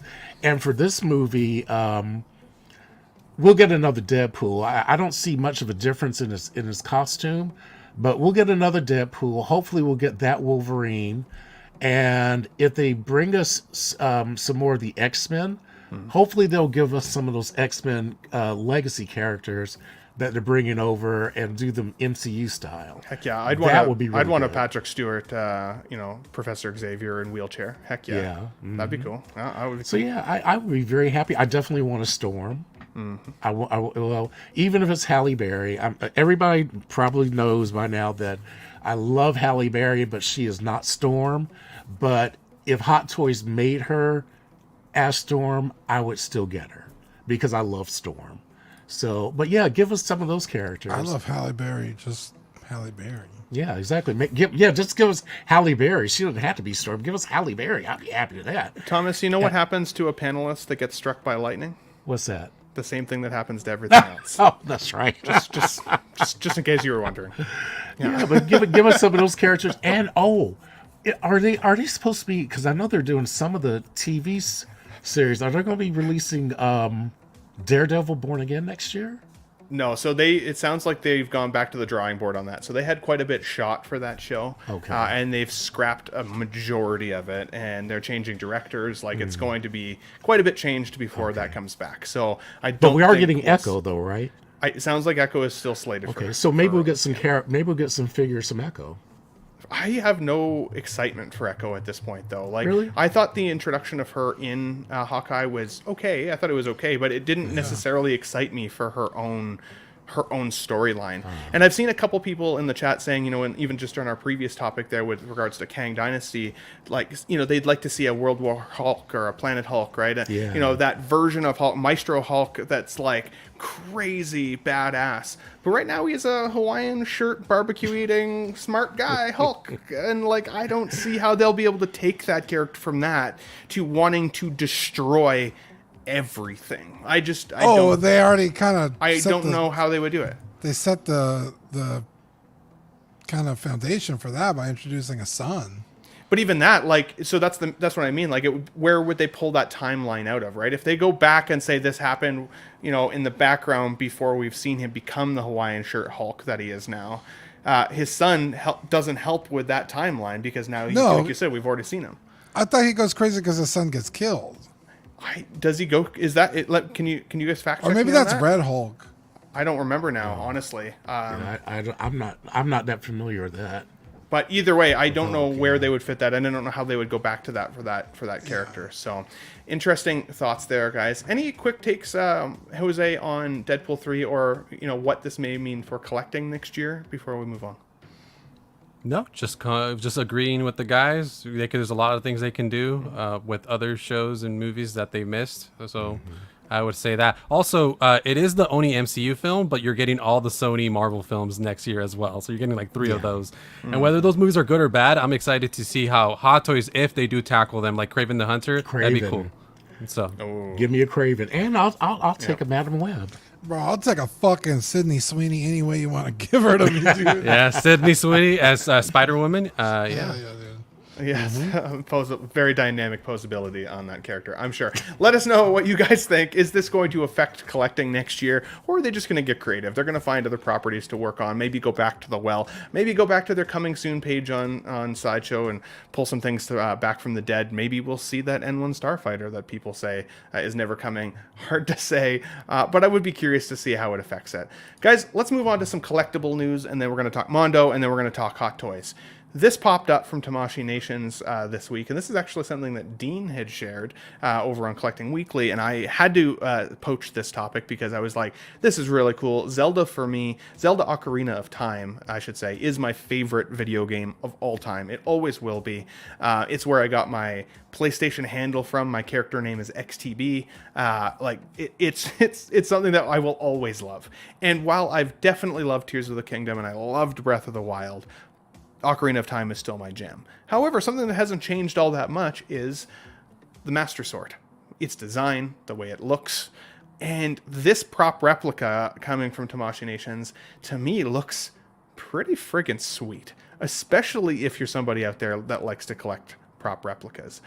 So, Dean, I want to go to you first on this one, because you were the one that, as I said, brought this actually to my attention. Tell me what you think of this. Is this actually something you might try and lock in? I'm not sure. I guess it kind of comes down to like what it's made out of. Like if it's actually metal, that'd be really cool. I'm not familiar. I'm looking it up currently because I'm not familiar if they've made weapons in the past, like swords. I guess they have. Because they have a whole line, apparently, Proplica. But if they have made something, I've never seen it, so it's probably stuff I don't collect. Right. But I love The Legend of Zelda, and I love the Master Sword, so this is very tempting. Again, what it's made out of, the price point. Tamashii Nations doesn't make terrible products. I love Tamashii Nations. Bandai... has more of my favorite figure lines than any other company, so this is pretty tempting. It's only a couple days old. They posted it on their Instagram, so yeah, this is still like kind of fresh news, so there's not really a lot of information about it. Not a whole lot of info, and that's okay. Do you have any prop replica anything in your collection, or is it mostly 6 scale and smaller scales? I have some Star Wars helmets. I do like the idea of prop replicas, but they are so expensive sometimes. Yep. I've always really wanted Rick Deckard's gun from Blade Runner. That'd be cool. And like a really good prop replica, you could buy real guns for that kind of money. So it's like, I don't know if I want it that bad. I'd rather have an actual firearm if I'm going to spend that kind of coin. But there's video game stuff that I've always wanted, like the Buster Sword from Final Fantasy 7. Some of the guns from Destiny are really cool. So it's definitely in my... Oh, I do have some lightsabers, like the hilts and stuff. So I do collect it. I wouldn't say it's in my wheelhouse just because it's so few and far between, but I could be talked into it. Heck yeah. Let us know in the chat, guys, if you're listening. What's your favorite prop replica in your collection, if you have one? I would say I don't think it really totally counts, but Zach from Collecting Weekly recently 3D printed me the Ocarina from the Ocarina of Time. And I absolutely friggin' love this thing. It literally sits on my desk all the time. Makes me think of a good time with the boys there. But Katera here says, I've got to head to work. Have a good night, guys. Thanks for stopping into the show. Have a good shift. We will be thinking about you. We appreciate you being here for sure. Mr. Thomas, do you have any prop replicas in your collection? And is this something that you would consider actually putting in yours? Are you a big Zelda person or not? I do like Zelda. I have a couple of Link 6 scale figures, and they're pretty cool. And I have an ocarina, and I even got I got it at a con, and it came with the music book where you could play the songs, and then they show you what finger holes to use to kind of be able to play it. I haven't gotten that far, but I've blown into it, made a sound or two, and then covered up some of the holes and made a different sound. So I kind of feel like a moderate expert, But I do like Zelda. I don't know that I would really have the space for a 1-to-1 scale prop like that, even though it's very, very, very cool. But I know whoever got that would be a proud owner. I mean, you probably would want to have a big room to have that like dead center for everybody just to stare at and gawk at. Yeah. But yes, it's an awesome looking sword. Every day I'd get home from work and walk up to it and kind of do a swagger and go, ha! And pull it out and then wait for the light to shine down on me and for me to go back to my 10-year-old self. And if it doesn't happen, I would try every single day until one day it does happen. But I think this is a badass prop replica. I think for me, the prop replicas I've had that I've actually kept and then moved on have been the Mandalorian helmet, the Black Series one. I loved it. Really cool, but had a hard time fitting it in with my 6 scale. I had the Power Rangers Green Ranger helmet for a while, which was also really, really cool. I think that's pretty much it for the most part, with the exception of the ocarina that Zach made me there. You know what I'm talking about. X-Men Supreme here says his TVA time stick. That would be cool. Let us know where you got that from, or did you get it custom made? Or a Revan helmet or Sam Wilson shield. Very, very cool stuff. Alvin J says, I never played Zelda or anything related games. Should I go back and play it? I mean, 1,000%, sir. Wow, yeah. 1,000%. I think if you started with Zelda Ocarina of Time, that would be a good place to start because it's a great story. But all the Zelda, Link is the hero of time. So it tells us a story of a lot of reincarnation. So you can really jump in as early as Breath of the Wild if you wanted on Nintendo Switch and still have a really great time. But I got so much out of Breath of the Wild and Tears of the Kingdom because of my affection for the past old games, for sure. So is Link kind of like a Victor Timely, or what's his name? Victor Timely. Yeah, is he kind of like a... So there's a little bit different. Just really quick, just the Zelda lore. There's 3 main players, which is why there's the Triforce, right? There's Power, Wisdom, and Courage. Power is the villain, Wisdom is the princess, and Courage is always Link. He's the hero of time. He's the one that saves the day. But you need the wisdom to help with the courage, so you usually team up with Zelda in some form or fashion. Oh, Zelda is the princess, right? Yes. Okay. There is an actual Zelda timeline because they are all kind of technically interconnected. So if you really want to get into it, you could go find the timeline. But yeah, like Ben said, you could jump in almost anywhere because they are standalone stories. There are tropes that carry out through each game. So like a water temple, fire temple, forest temple, hook shots, master sword, Himalayan shield. Like they're all... Even the big bad carries over in a lot of different ways, little different forms. I think the only game that's like really vastly different is probably Majora's Mask, because it's like a legitimate sequel. Is Tears of the Kingdom a sequel? To Breath of the Wild? Yeah. I would say yes. It picks up pretty much directly where it left off. So that's like actually like almost the second actual sequel that Zelda's ever had. But yeah, any Zelda game, you're gonna have a good time. Yeah, absolutely. I would definitely start with Breath of the Wild if you're just trying to get fresh with it and see how it is, because it's a pretty amazing game and super accessible at this point, for the most part. Six scale. Go ahead. Go ahead. No, I was go going to ahead. say, I really love Wind Waker. That game is Wind Waker is a great one. phenomenal. But yeah, Ocarina of Time, you really can't beat it. Yeah, absolutely. 6 scale collector says, my 1-to-1 scale pit droid I've 3D printed and built myself. That's pretty cool. So much fun to move and pose around the house. You should share that photo with me. I'll put it up. I'm thinking, because I've got Instagram, I've got Facebook, I've got all that kind of stuff. So if you guys ever want to send me some cool pictures, appropriate only, of course, for the show, no nuts, thank you very much. Or some chocolate nuts in the photo I'd be okay with. But if you guys ever want to send me some cool pictures, I will highlight it for collectors in the show on Let's Get Nuts Sundays. If you guys think that would be fun to look at other people's collections, because that's one of my favorite thing about being part of the community is seeing what everybody has, right? Jose, I'll go with you before we move on to the next topic here. Is there anything in your collection right now that's a prop replica that you're like, this is my one piece. This is the one piece I need to have to feel complete, or not really? Are you just not a life-size collector there? Not really. I have a few lightsabers, like Disney Park lightsabers. I have the Luke Skywalker Anakin blue lightsaber.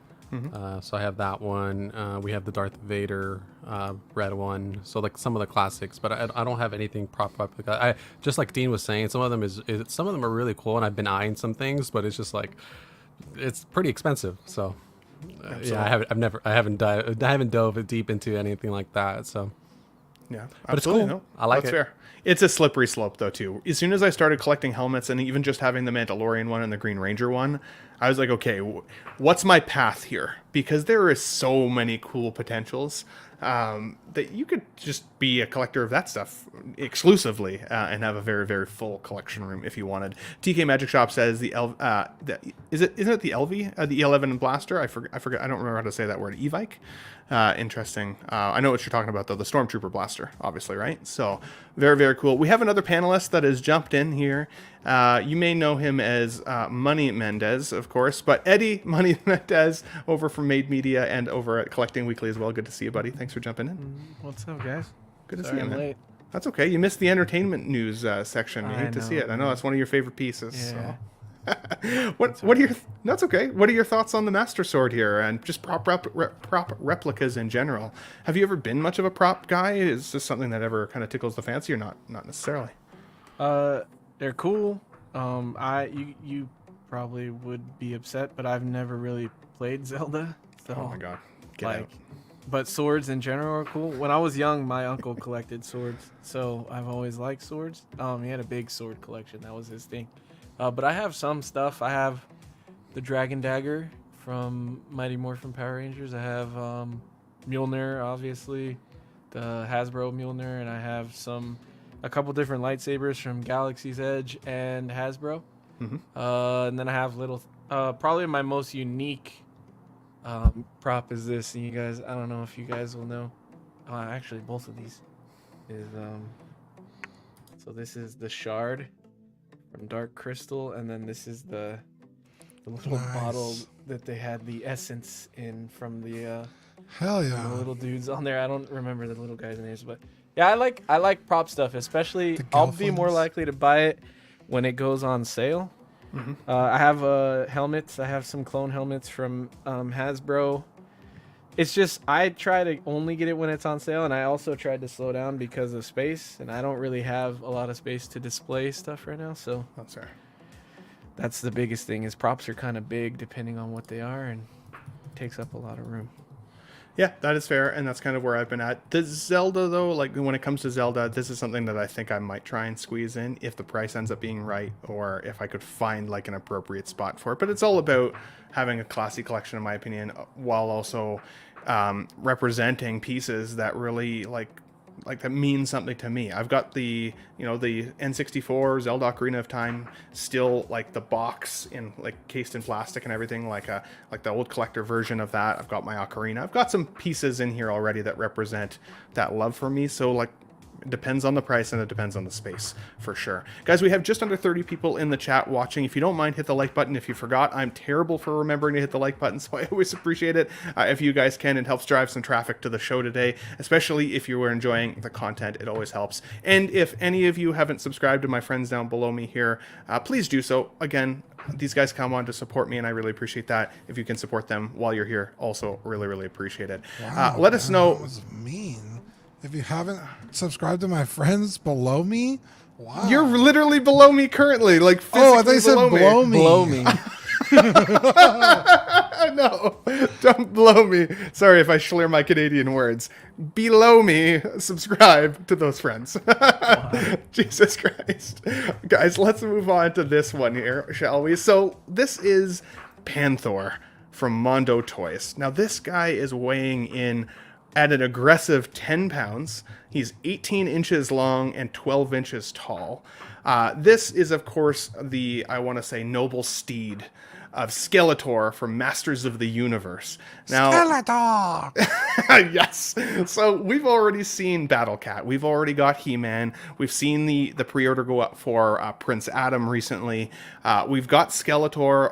I'm waiting for my Skeletor Deluxe. Hopefully it comes here at some point soon, because that's a really badass figure.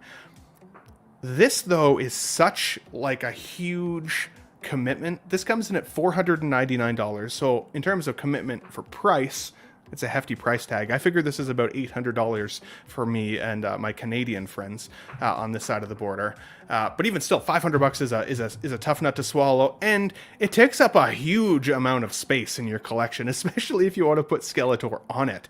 But if you're a Masters of the Universe collector, ooh, this might be a hard one to pass up. I've had a few people reach out to me to say, boom, locked in, boom, locked in. So I'll be excited to see what it looks like in other people's collections. But Eddie, since you just joined, are you a Masters of the Universe fan? Is this something that you saw, or any of the lineup from Mondo so far, that you were like, this is maybe not the piece, but that one I want? What's your thoughts? This looks really sick, man.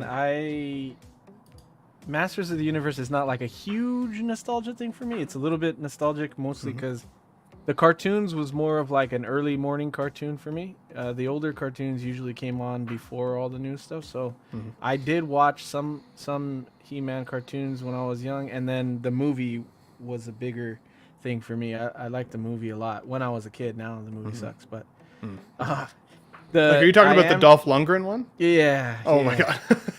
That would be a cool one to redo, man. I feel like they could, in the age of redoing everything, I feel like that'd be a good one to look at. But, It's funny you say that. I almost added that to entertainment news section today, because they are looking at trying to do a He-Man film, and they're talking about who the possible castings of that could actually be. So we'll save that one maybe for next week, but think about that over the course of the week.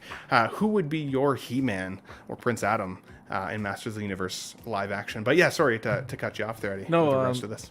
I think this is sick. And just looking at what's the name of his Panther? What's the name of it? It's Panthor. Panthor. Okay. Yeah. It looks sick.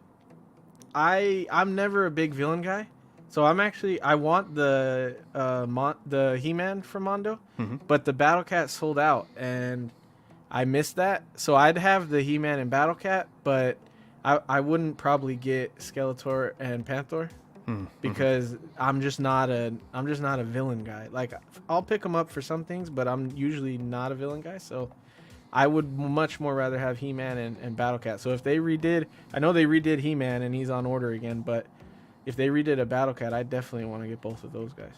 It's tough because, like, $500 American pricing, US dollars, is a lot for this guy. I see Elvin J in the chat here saying, for that price, Skeletor should have come with it. And while I 100% agree, if they could have made an accessible price range 2-pack for collectors, where you're spending $500 but you're getting the figure and the cat, that would have been really, really cool. But they've already had proven success selling the Battle Cat for $500 without a He-Man. So they have no need to do that for collectors at this point, because it'll still get eaten up. And Mondo Toys, pretty often sells out, and once it's sold out, even if they do a reissue of that figure down the line, there are enough changes that I think for the most part it holds the value relatively well for the past iteration. And I can imagine what this will be on the aftermarket price point wise. Dean or Jose, Thomas, do you guys have any takes on the Mondo Panthor here before moving on? I don't. Not that I don't like Masters of the Universe. It was way before my time. That was kind of like my brother's era. He loved Masters of the Universe growing up, and he's, God, almost 10 years older than me. I was more of a Thundercats and like Voltron guy. That being said, I love dark fantasy, like heavy metal, like the Black Cauldron. Oh, amazing. Yeah, so like I feel like this is right up my alley, and I should not get into it because I don't want to be spending $500 on a fucking tiger. But this thing looks badass, dude. It is cool. You cannot argue against how badass this is. But yeah, I have to pass. That is fair. No. That is fair. Sorry, I thought I was muted here. Let me just pull up this really quickly. So just so you guys are aware, this is a timed edition release. This is a timed edition. It ends, it's from, let's see here. Sorry. It's up until Friday, November the 24th at 11:59 p.m. Central Time. So if you guys are looking to lock in the deluxe version there, you have a couple more days to do so. But I would be surprised that this goes sold out pretty quickly after the fact there. Guys, let's move on to the next topic here, though, because this popped up recently on Hot Toys' Facebook page. It does look like we're seeing just essentially an update for this figure, this Kesa, from League of Legends. Now, I will admit, I'm not a League of Legends guy. I've never played. I think some of the artwork is really beautiful. I honestly thought this was an Alita Battle Angel when it was first solicited a couple months ago. I think it could actually look really good with an Alita Battle Angel if you've never known what to display with that particular figure if you have her. But obviously, this is League of Legends, not Alita. I think it is beautiful. I do think that they've changed the face up to a certain extent that is a little less pretty and a little bit more badass. I don't know if you guys agree with that or not, but Yeah, I still think she's cool looking. I think I prefer the original too. Yeah, I definitely prefer the original one. You do, eh? Okay. Because she had kind of like an open mouth and a little bit more like not just blank stare. I also like can't really tell what else they've updated. I pulled up the side by side on the Collecting Weekly chat, and it's like, I don't know what they've done with this other than the face. It says here newly designed head sculpt and body. Like that, she's cheeked up on the back there. Jesus, I didn't even realize that until I just saw this here now. But my goodness. But yeah, even comparing it to the other one, it's like the body doesn't look that kind of different. the same. Yeah. Which is interesting, and again, like I think it's cool that she's got the the rolling eye system. I agree. The open mouth portrait of the first one just seemed a little more expressive without it being aggressive in terms of expression. This does seem a little dead face. What do you think, Jose? Is this one that you're considering bringing into your collection? Short answer, no. I'm not familiar with League of Legends myself either, so I won't pretend. It's interesting in terms of the behind the scenes thing, in terms of them updating us on newly developed things and improvements on other figures. So continue doing that. We appreciate it. So that's what I take away from this. But in terms of the character, I won't pretend to know about it. So. No, that's fair, and I think we all appreciate that for the most part. I'd be curious even just to hear from the chat. Is this something that you guys have been excited for? Lane Kramer here in the chat says this case looks much better, but still doesn't love the body. So that's interesting, especially if you're familiar with it. Lane, let us know what you like more about this particular body, if it's a newly designed body that I'm maybe missing. But I think it's interesting just to see new characters coming to the collection. When we were talking earlier about what could Hot Toys do what could Hot Toys do if movies slow down in 2024? Well, they could go to video game lines, right? They could go back to the well. They could do some of those things. And obviously, League of Legends is a very, very popular franchise, despite my old ass never having an opportunity to play it yet. It looks like they did with her body. They did kind of like what they did with Batgirl, instead of giving her a costume, they made her they made her body the costume. So so it looks like they probably did it for posability. And it looks like because it blends in so well, you hardly notice it. So that's kind of a plus. I don't mind it at the chest piece there, like right under, like at her upper rib cage, because like Right. that looks like it's almost a top on top of an outfit. The hip joints drive me a little crazy though. Like she's like got huge hips, but like you really notice that crease line where Those the are possibility would birthing be. hips, So bro. yeah, I guess so. I don't know what she would birth though. She seems a little crazy. Why does so she have material at the elbows and then cuts at the That is weird. I'm glad you What? pointed that out. Well, what material? Can you She show has me? like a rubber material at her Yeah, elbow there's a- joints. oh, right in It's here. hiding her elbow joint. Interesting. That's an That's a good interesting question. choice. yeah. Um, It's a Ben- weird looking character. You said something about adding new characters to the collection, Yeah. which I totally agree with. I own figures of shit I've never consumed the content, but not at this price point, bro. Price does make a difference. That's for sure. Yeah, it's Especially like, hey, if yeah. it's a $20 figure at Walmart, sure, I'll buy an Overwatch figure, but a $200, $300 figure from League of Legends, I don't know. I don't know though. You see those collectors, they start making those posts on Facebook and some pretty cool pictures and pretty badass poses, and then suddenly You're not it's wrong. like, that's kind of cool. That's cooler than I thought. Or wow, that pairs better with that character than I thought it would, or so on and so forth. You might be able to talk yourself into it, but I will say this: League of Legends is a like worldwide phenomenon. They sell out arenas for people to play this game competitively. which is insane. Really? You're talking 100,000 people pay tickets to sit down and watch people play this game. So I definitely think there's a market for this.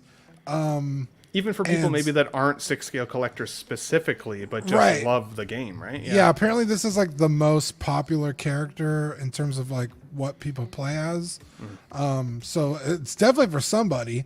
And they got a deep roster in League of Legends. There's probably like 100 characters. Probably. I mean, it's like a team-based strategy. I don't know if you guys have ever played like Smite or anything like that. But Yeah, actually, I have. it's kind of like that. So yeah, somebody out there likes this and is really wanting more. I know League of Legends has a show on Netflix.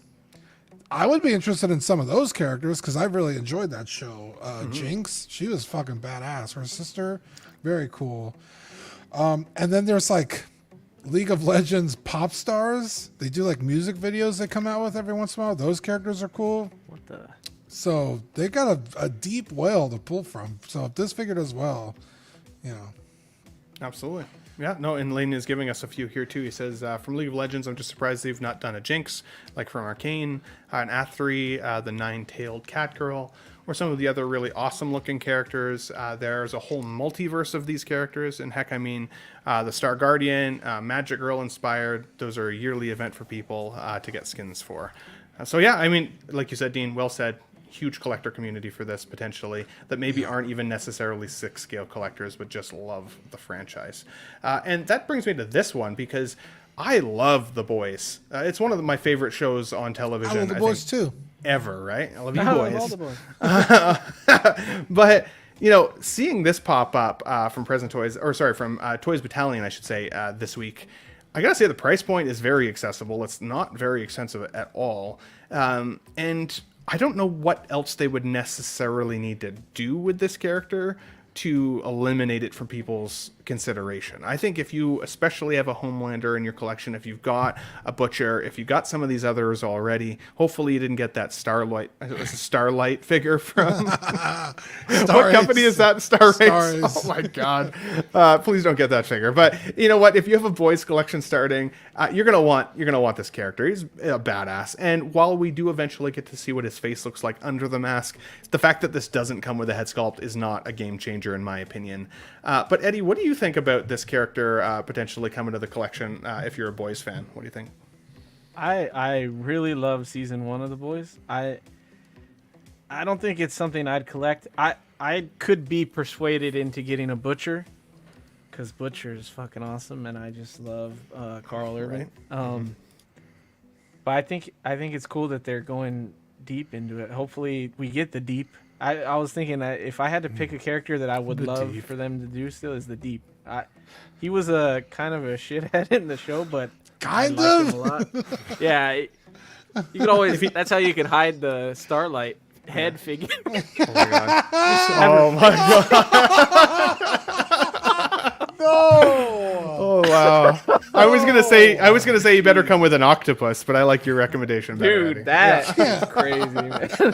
But I think this looks good. I do think he needs a little bit of a more filling body to fill that suit. I feel like he's not muscular enough. A little skinny. A little bit. It looks a little baggy around the bicep area, but I think it looks good, and I think it's a cool line. Everybody's obsessed, especially with Gen V right now. I feel like this is a big hit to do figures from, so it's cool.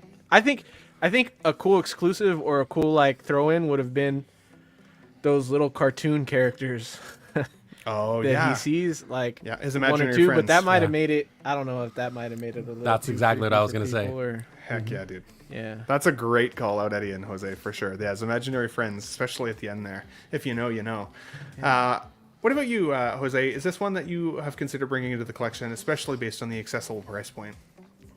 It's cool, and it's cool that it's accessible. With third parties, that's always a nice thing, right? That you can get something a little bit cheaper. But I don't have anything in terms of the boys. I've wanted to get a Homelander, but I've never pulled the trigger on any of the offerings, third-party offerings that there is out there. I did like the Toys R Us one, the 2.0 or whatever you want to call it, but I never got it, and so I don't know. I feel like I've been waiting to get a Homelander. And then if I did get a Homelander, then maybe I'd pursue other figures from the line. But for now, it's a no. That's fair. That's fair. Definitely. I think in the third-party realm, it's always a little bit of a risk, but I think there are some wins sometime, and to me, this is in the win category. I think this is really cool. There's definitely somebody out there that's literally over the moon. I've seen a couple people here saying they're getting this 100%. But let us know. There's 30 people watching live, which is awesome. Thanks for joining the show, guys. I appreciate it. Let us know if you guys are getting this, and even from where, because like here in Canada, especially if you're a Canadian, like I always have a hard time knowing where to get some of those third-party offerings. Typically, my go-to is 1/6 kit, but I know there's some other routes as well, so I'd love to hear from you guys in the comments. Speaking of the third-party route, though, we're looking here at Mutant Man, which is, of course, Present Toys' version of Magneto. Now, my very first thought when I saw this photo was his head looks way bigger than his body, which is odd. But it also, to me, doesn't seem all that different from the Sideshow version we got. So I did actually pull up some comparisons of Sideshow, and I'll show those to you guys in just a moment.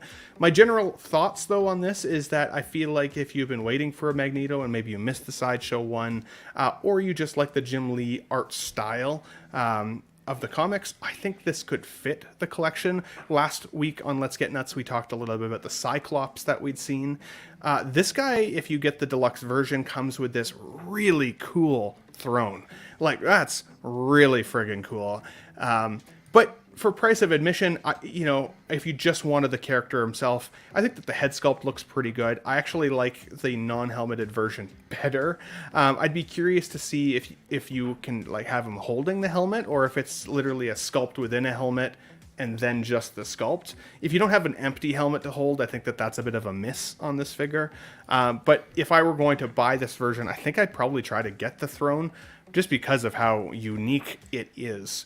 But Eddie, I want to start with you first, because again, I've got some pictures here of both the Sideshow version and the Present Toys versions. Is this a Magneto that you would consider collecting based on at least some of the solicitation photos we've seen so far? Or are you holding out for maybe an MCU version of the X-Men? What are your thoughts? I do think they look really good, and for a minute I was tempted to get the Sideshow one just because I think they did so cool. Like, I think they did really well with that figure. I didn't like any of the other X-Men characters Sideshow did, but I really like the Magneto. And I actually think the Present Toys one looks pretty good. I love that throne. That's a callback to the statue. Who did it? Was it XM? They did a throne piece with that same style. It's sick.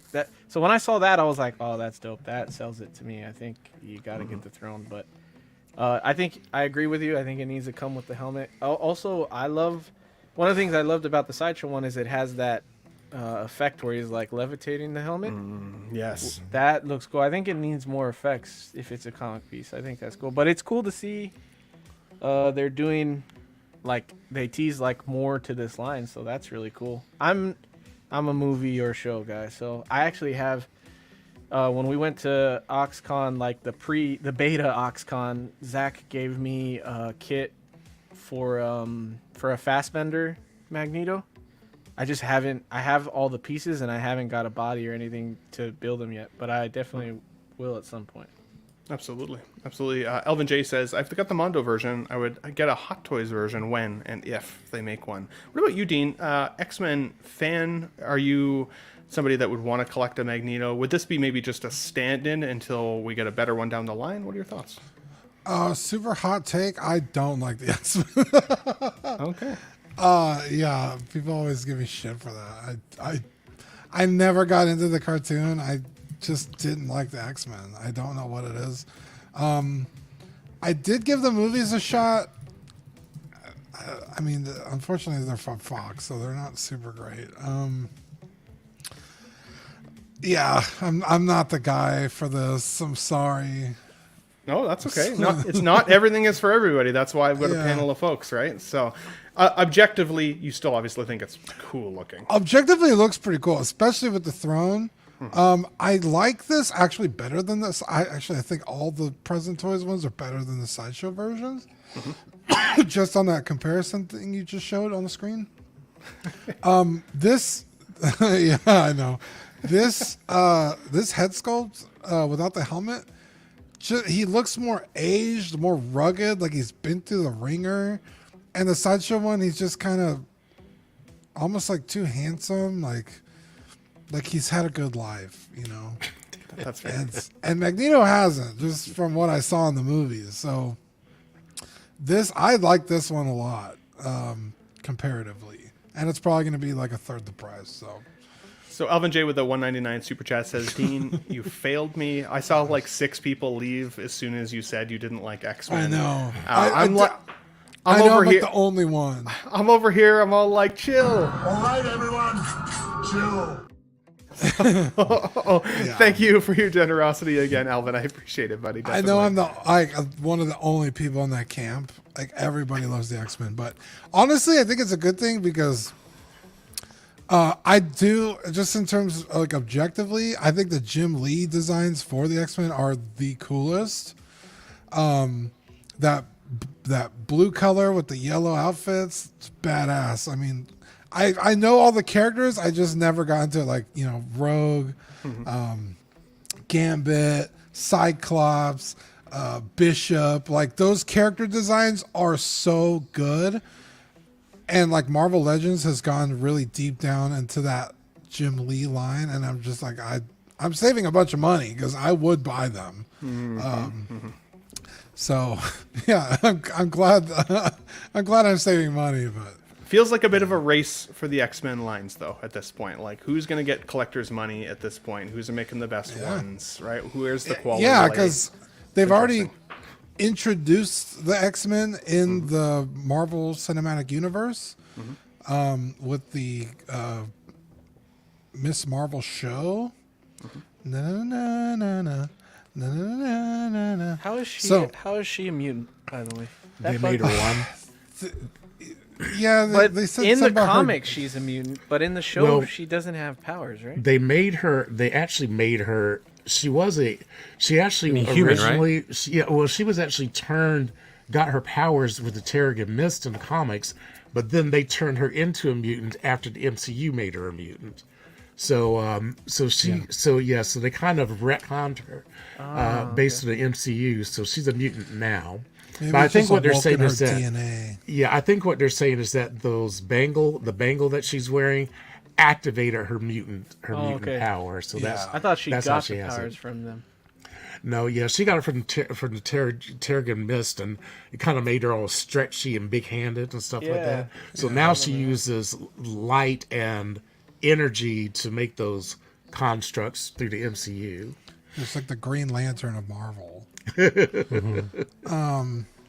Yeah, but yeah, objectively, this is a pretty good looking figure, I think.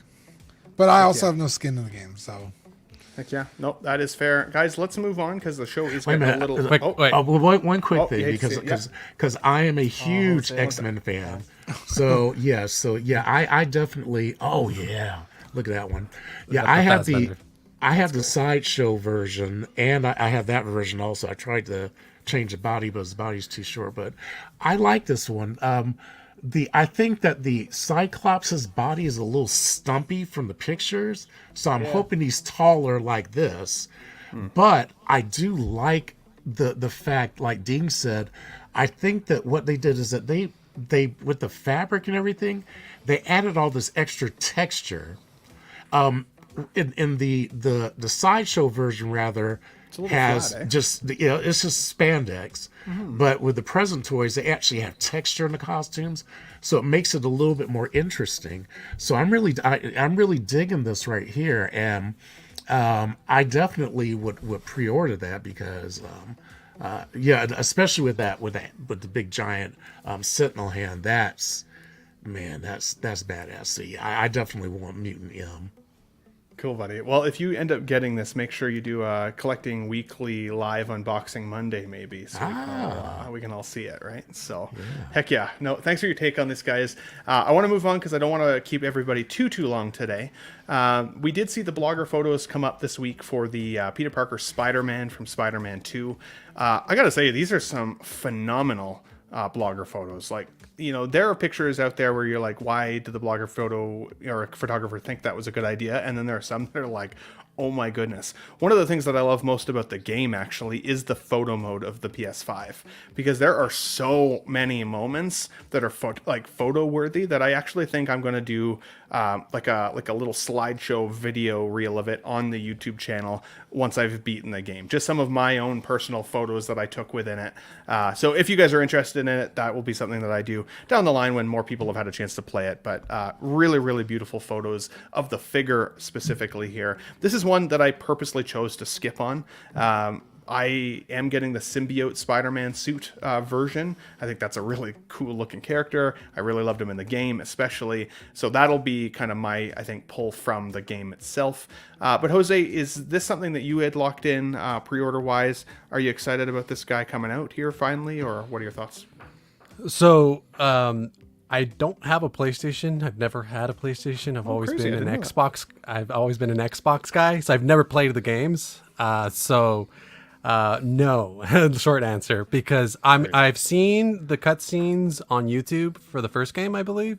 I liked it, and then objectively, in regards to the figure, I don't like the huge white thing. I've never been a fan of that specifically. So, no.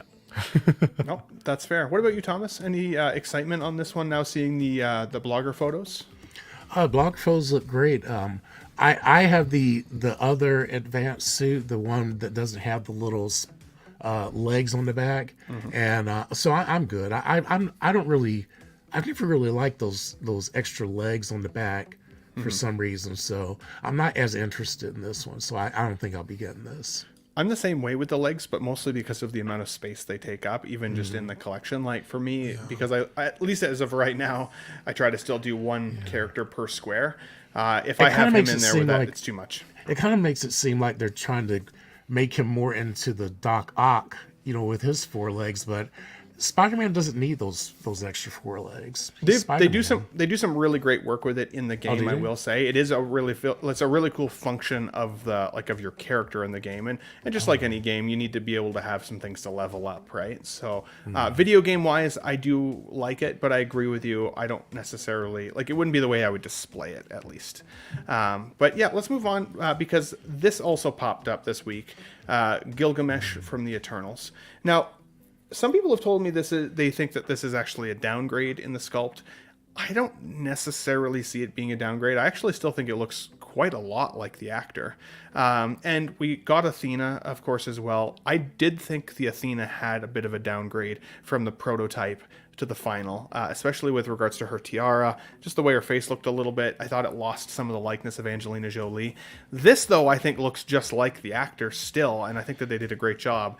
In terms of characters from that film, would I have liked to see some of the other characters?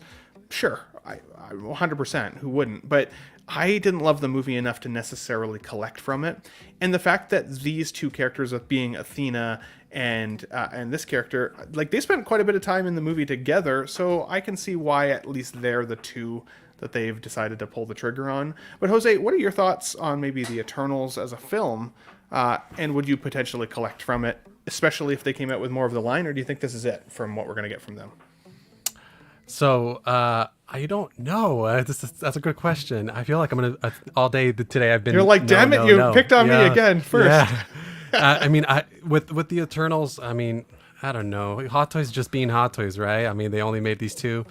I thought they would make Icarus, right? That seemed like something that they could pair with Athena as well if you got her, right? But that didn't happen. So have they abandoned this line? Probably, but with the full year, as we were mentioning earlier in the show, of things that they could do because there's not going to be new content, maybe they revisit some of them. But I mean, I've been hearing from retailers that these figures are like the lowest selling figures, right? From other shows I've been hearing about, like the lowest selling figures like ever. So maybe Sideshow is reporting that and to Hot Toys, and Hot Toys is like, oh, okay, so then there's no interest here, and let's not continue the line. So I'm not sure. I don't think it's likely, but it'd be cool for people that do like these characters for them to revisit, you know. I thought it was at least like a B tier movie. Like I said, B plus on Collecting Weekly the other day. It's a bit of a joke, but I still thought it was at least a B tier movie. I didn't think it was bad, but they did leave a lot of uncapped storylines. Like I joked about earlier in the show, like the big hand and body that's sticking out of the earth that would have created such large tsunamis, it would have wiped out every city on the planet, and yet nobody's talking about it. It's just kind of a dead storyline. Like, to me, that is a little strange. At the same time, the figures that they've given us, I think, are pretty good. For the most part, I do think that the Angelina Jolie looks like Angelina Jolie for the most part, and this Gilgamesh looks like him. If you did like it, I think it's okay. I did think there was a decline, and that was a significant. I felt like there was a significant decline on the Angelina Jolie figure. I thought that one wasn't as strong as the prototype. But if you look, I agree with you on that. I don't think it's as strong as the prototype, but I still think if you looked at her, you would know it was supposed to be Angelina Jolie. In person, it looks much better than the photos. You feel that? It looks very much better. Are you getting this one, Thomas? This guy? The Gilgamesh? Yeah. Yeah, I'm kind of thinking that, but I will wait until the price goes down. Like, if there's a sale, I would probably buy him. And I'm kind of glad that they did him, because now they have a body that is about the size of Wong. Maybe we'll get a Wong. Mm-hmm. So that's what I'm hopeful for. But I think they did a nice job. I just wasn't very excited about the Eternals as characters, because all of their costumes kind of look the same. They look like this kind of metally kind of stuff with a swirl here and a swirl there, when in the comic books they all have very unique costumes, and they weren't these pseudo armor type of things. I don't know why they did this to these characters, but I do like these two, and so I would definitely consider getting the Gilgamesh if he's at the right price. I think it would be one of those ones that if I saw him on a discount or bargain bin, I would consider it. Otherwise, I don't think it would make sense for me. I honestly don't think it would make sense. I think it's a cool enough character. I think it still looks like the actor a lot. Like, I would still have fun, I think, with it and some photos of it and stuff like that. But for me, it would have to be in the $200 range. And like Facebook Marketplace here in Canada, sometimes you see that. So, but I don't think I'd pay more than $200 Canadian for it personally, because otherwise I didn't love the film enough. And like, I do want my collection to be a representation of everything that I love. So it could be a little bit of a confusing inclusion. For us Americans, what's 200 Canadian? That would be $245, I think, something like that. Maybe a little bit more. $245. So you'd pay $245 for Gilgamesh. I would consider it. Yeah, I would consider it. Interesting. Yeah, but again, because I think it's kind of cool. We got Loki Collector in the chat says, "Sup dudes, sup, or my dude, sup y'all. Good to see you, buddy." What were you gonna say, Eddie? I think it's like, I know people didn't like it. I didn't hate it, but I think it's funny that they arguably chose the two least important Eternals to make. If they were gonna make any of them and stopped, they chose the two that they didn't need to make at all. Literally, all of the rest of them had more to do in the movie than these guys. So Right, Gemma Chan was like the main character of the movie, and they didn't make her. And I think they did it just because it's Angelina Jolie, and he was the guy who was kind of her partner in the movie. Yeah, so I think that's the only reason why they made this is because it's Angelina. Would have made more sense, yeah. Would you guys have wanted to see a Deviant, like as a Hot Toys exclusive or anything like that? No, not a fan. No, I didn't like those deviants. And as a matter of fact, see, Thanos, he's a deviant. Oh, okay. So I don't know why they... He's why a they, Titan with a deviant gene. Yeah, that's right, with a deviant okay. gene, right. I'm sorry. Yeah, Fair you're enough. right. Because like Arrows is his brother, you know, the Harry Styles guy. And so those two, and so Harry Styles is kind of like the normal one, and Thanos is the one with the deviant gene, so he was kind of rejected. Who's the Harry Styles guy? He was the guy. He's Thanos' brother. Thanos' Post credits. brother. Arrows. In this, he was the after credits. Yeah, I after don't remember credits. it. Yeah, No, I have yeah. to He's go the back guy. and Yeah, in the comic You're books, too high. he's the one. In the comic books, he's the one who seduced. He uses his. He has some kind of musk that allows women to kind of get with Fall in him. love with him? And and so basically what I'm he the did same is way, that honestly. he entrapped. He I think technically he raped. I mean, he R-word. Wow, we just got demonetized. Whoa. Sorry about that. Oh god. Oh my god. Now we're roll that back. we're gonna be suppressed for sure. Yeah, he did inappropriate things with She-Hulk in the comic books. Yeah, So that's not good. Nobody wants hate to that. see it. Deviance. Speaking of deviance, Dean, I know that Ahsoka was one of your favorite television shows of all time, and clearly we have now seen Ahsoka Tano in the white version. Color Ahsoka the White does remind me a little bit of Gandalf, but I'll go with it. The Ahsoka the White is here. What do you think of Ahsoka now, especially since the Ahsoka in the gray outfit from Mando didn't come out that long ago? This is a pretty quick Navy. pretty quick release. It's the Navy Yeah. outfit, right? I thought it was gray, wasn't it gray? No, the poncho she wears is gray. Yeah. Oh, okay. Maybe that's what I'm thinking of. Yeah. Fact checker Jose over here. You'll love to see it. Well, I didn't hate this show, but it's not the best. But I do love Ahsoka. I think that's such a great character. I'm not the biggest Rosario fan in the role, but that's just a personal thing. I like Rosario Dawson. I think she's great, but I just never bought her as Ahsoka. I still don't. That being said, with the first release, I said it didn't really look like Rosario, which is fine for me because I don't need Ahsoka to look like Rosario to appreciate the figure. That being said, this sculpt looks like Rosario. I think they nailed it. Especially contrasting with the first figure that came out. But yeah, I kind of have my like ideal Ahsoka, the season 8 Clone Wars version. Especially since like this one doesn't really come with a whole lot. I mean, it's not like a definitive edition, you know, like the Farm Boy Luke. It comes with like a bunch of accessories to use with it, or just off the top of my head, like the Jyn Erso, right? It came with her gun, then her blaster, the one you put together, the baton, the Death Star plans, which you never even see in the movie, I don't think. You do actually. You see it in the movie. She puts it behind her back, Right, that's when right. she's climbing yeah. up the thing. Yeah, I was thinking of that cut scene where she's like running through the beach with it. Oh yeah, That wasn't in the movie, but yeah. that you would have do been see cool the- too. What happened there? I don't know. There was in the But, like, trailers and Yeah, but yeah, like this Ahsoka, like it's kind of, I don't want to say boring. It's a beautiful figure, but I already have an Ahsoka, so I don't really feel the pull to buy this. Like Sabine, I don't have a Sabine. The Hera, I don't have a Hera. Ahsoka, I do. So it's I will say if this one comes out and the arms aren't breaking on everybody like with the first one, I could be convinced to buy it, but I'm not like pre-ordering it or anything.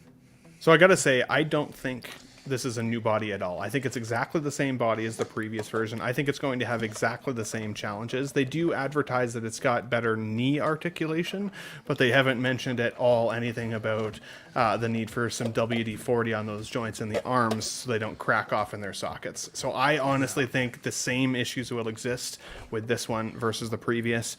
But I did think the previous version looked like Rosario until I saw this version next to it. And then I was like, oh my God, like this new one is shrink ray. Like when we talk shrink ray on Collecting Weekly, well, yeah, it is beautiful.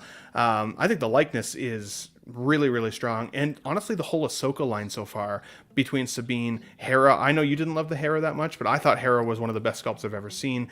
The Thrawn, I thought was one of the best sculpts I've ever seen. Like this line is one of the best lines I've ever seen from Hot Toys in its entirety. And I don't think they're necessarily done yet. So I gotta say, I like this is a point for them. I don't have an Ahsoka in my collection yet. This will be the one that definitely comes to mind, just for how good it looks. I don't love the snarling sculpt. It wasn't until I saw the K1 Master side-by-sides that he created where I even realized that she'd made an expression that was relatively close to it. And in which case, I do think the growling sculpt looks a little bit more like her than I initially thought. But it does look like she's even skinnier than her normal kind of stoic face. The one thing I will say, though, about the show and about the figure for my own collection is that if she can't effectively cross her arms, which is pretty much the only pose she did throughout that whole show, then I'll be disappointed. I'm not going to lie. But Jose, what do you think about Ahsoka here? Is this one that's potentially coming to your collection? And how do you think it compares to the past version so far? Well, they did that typical thing that Hot Toys does. Remember that Mandalorian debate thing that we had, right? Where he's like, "Oh, you like that Mandalorian? Look, yeah, look at this one. It's way better."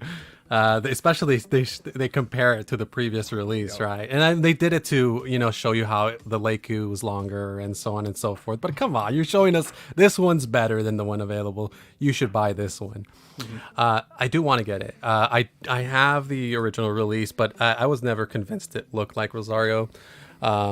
So I think it's cool that you get to two expressions. As you mentioned, I don't love the other angry expression. I don't love it, but I think it's okay, especially with the comparison photos. It's there. Hopefully, maybe it gets reworked and it's a little bit better. But if that's what we get out of the box, I'll be okay. And what I was thinking, and I was talking to Marco, Mr. 16Fix about this. I was like, well, since it's the two expressions, I could probably put it on the old version, so that way the likeness is a little bit better than the one we have now. So that's kind of what I was thinking. I haven't pre-ordered yet, but most likely I will.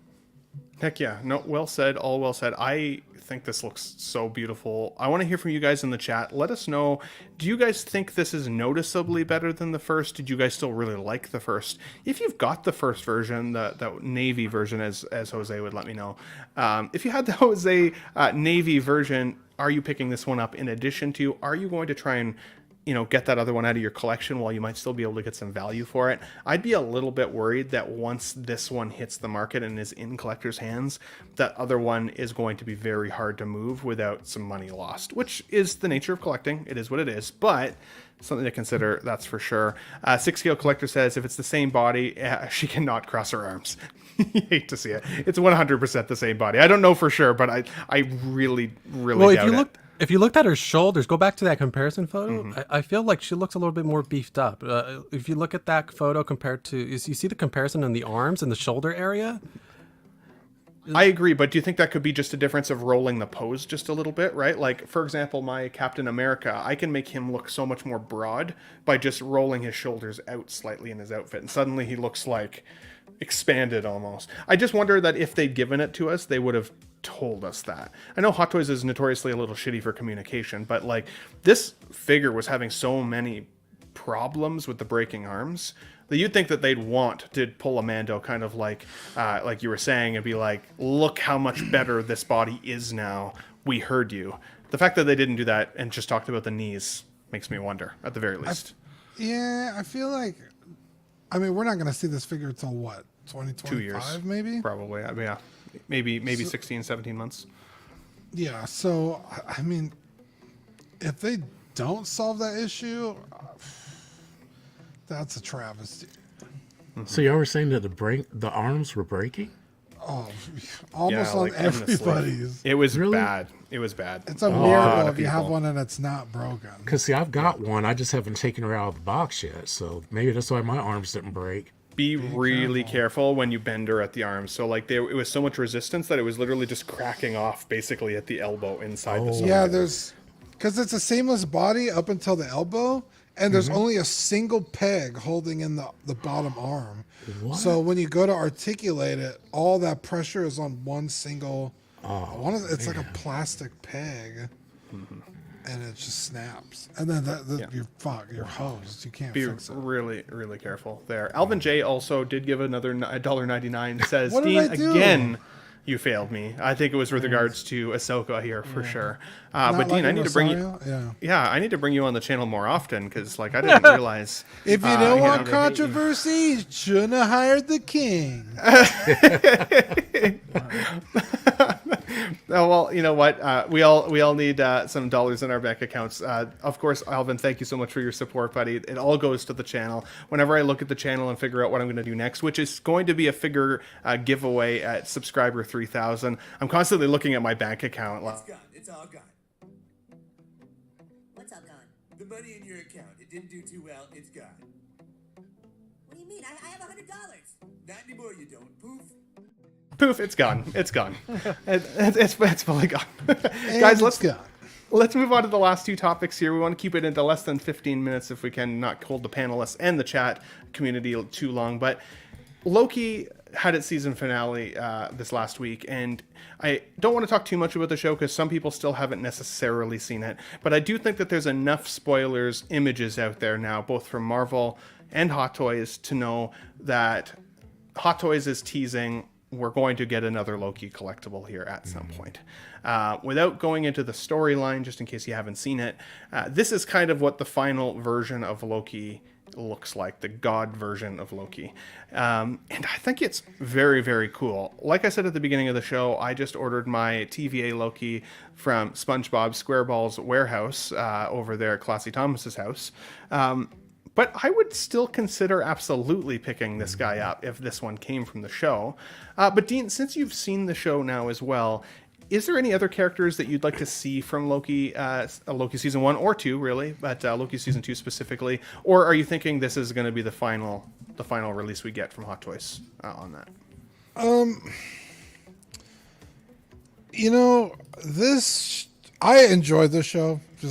I want to say that. I really enjoyed it. I also enjoyed season 1.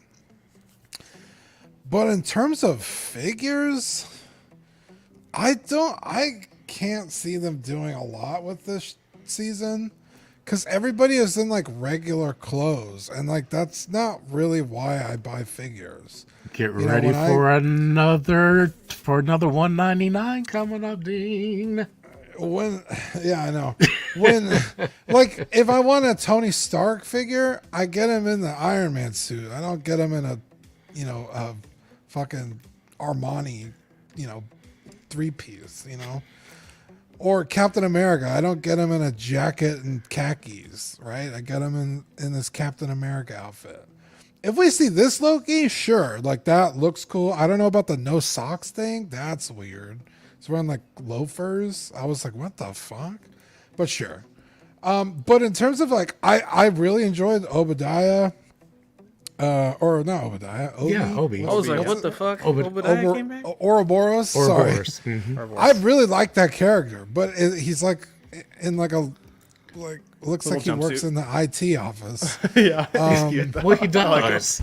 I mean, even Sylvie is in like kind of her outfit with like a robe on top of it. I'd want her in not her very McDonald's outfit. Classic McDonald's.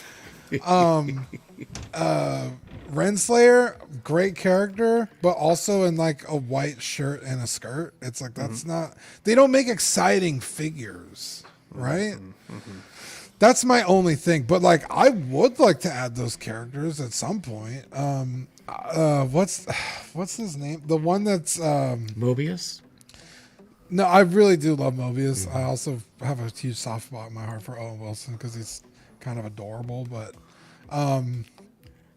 the nerd guy that works at the desk. Oh yeah. Oh man, what's his name? He's so funny. I think he's such a great addition because like he usually plays that actor like throwaway characters or like somebody who's just kind of in a scene or two. And when they introduced him in the show, that's what I thought he was going to be, but he actually turned out to be, you know, a big player, and I was really surprised by that. But even I guess the police woman, what's her name? Yeah. She would be a cool figure because she's in like a uniform. She's got the stick. Yeah. You could do like really cool effect pieces with like the those doors they walk through. She could be a really cool figure. That would be cool to see.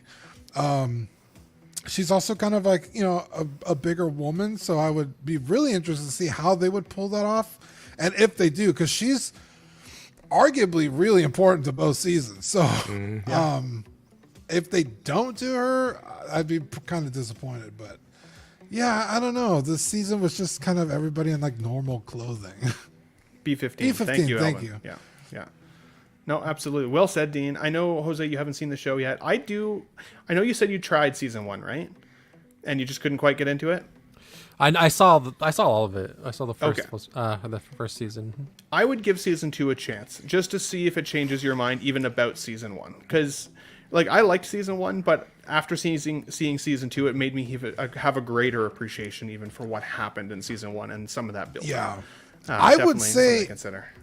When episode 1 dropped of season 2, I watched it and I was like, you know what? Let me go back and watch season 1. And I enjoyed season 1 way more. Yeah. Even just after the first episode of season 2. Just getting back into it. And then, Eddie, you said this one isn't on your radar, right? Is that correct?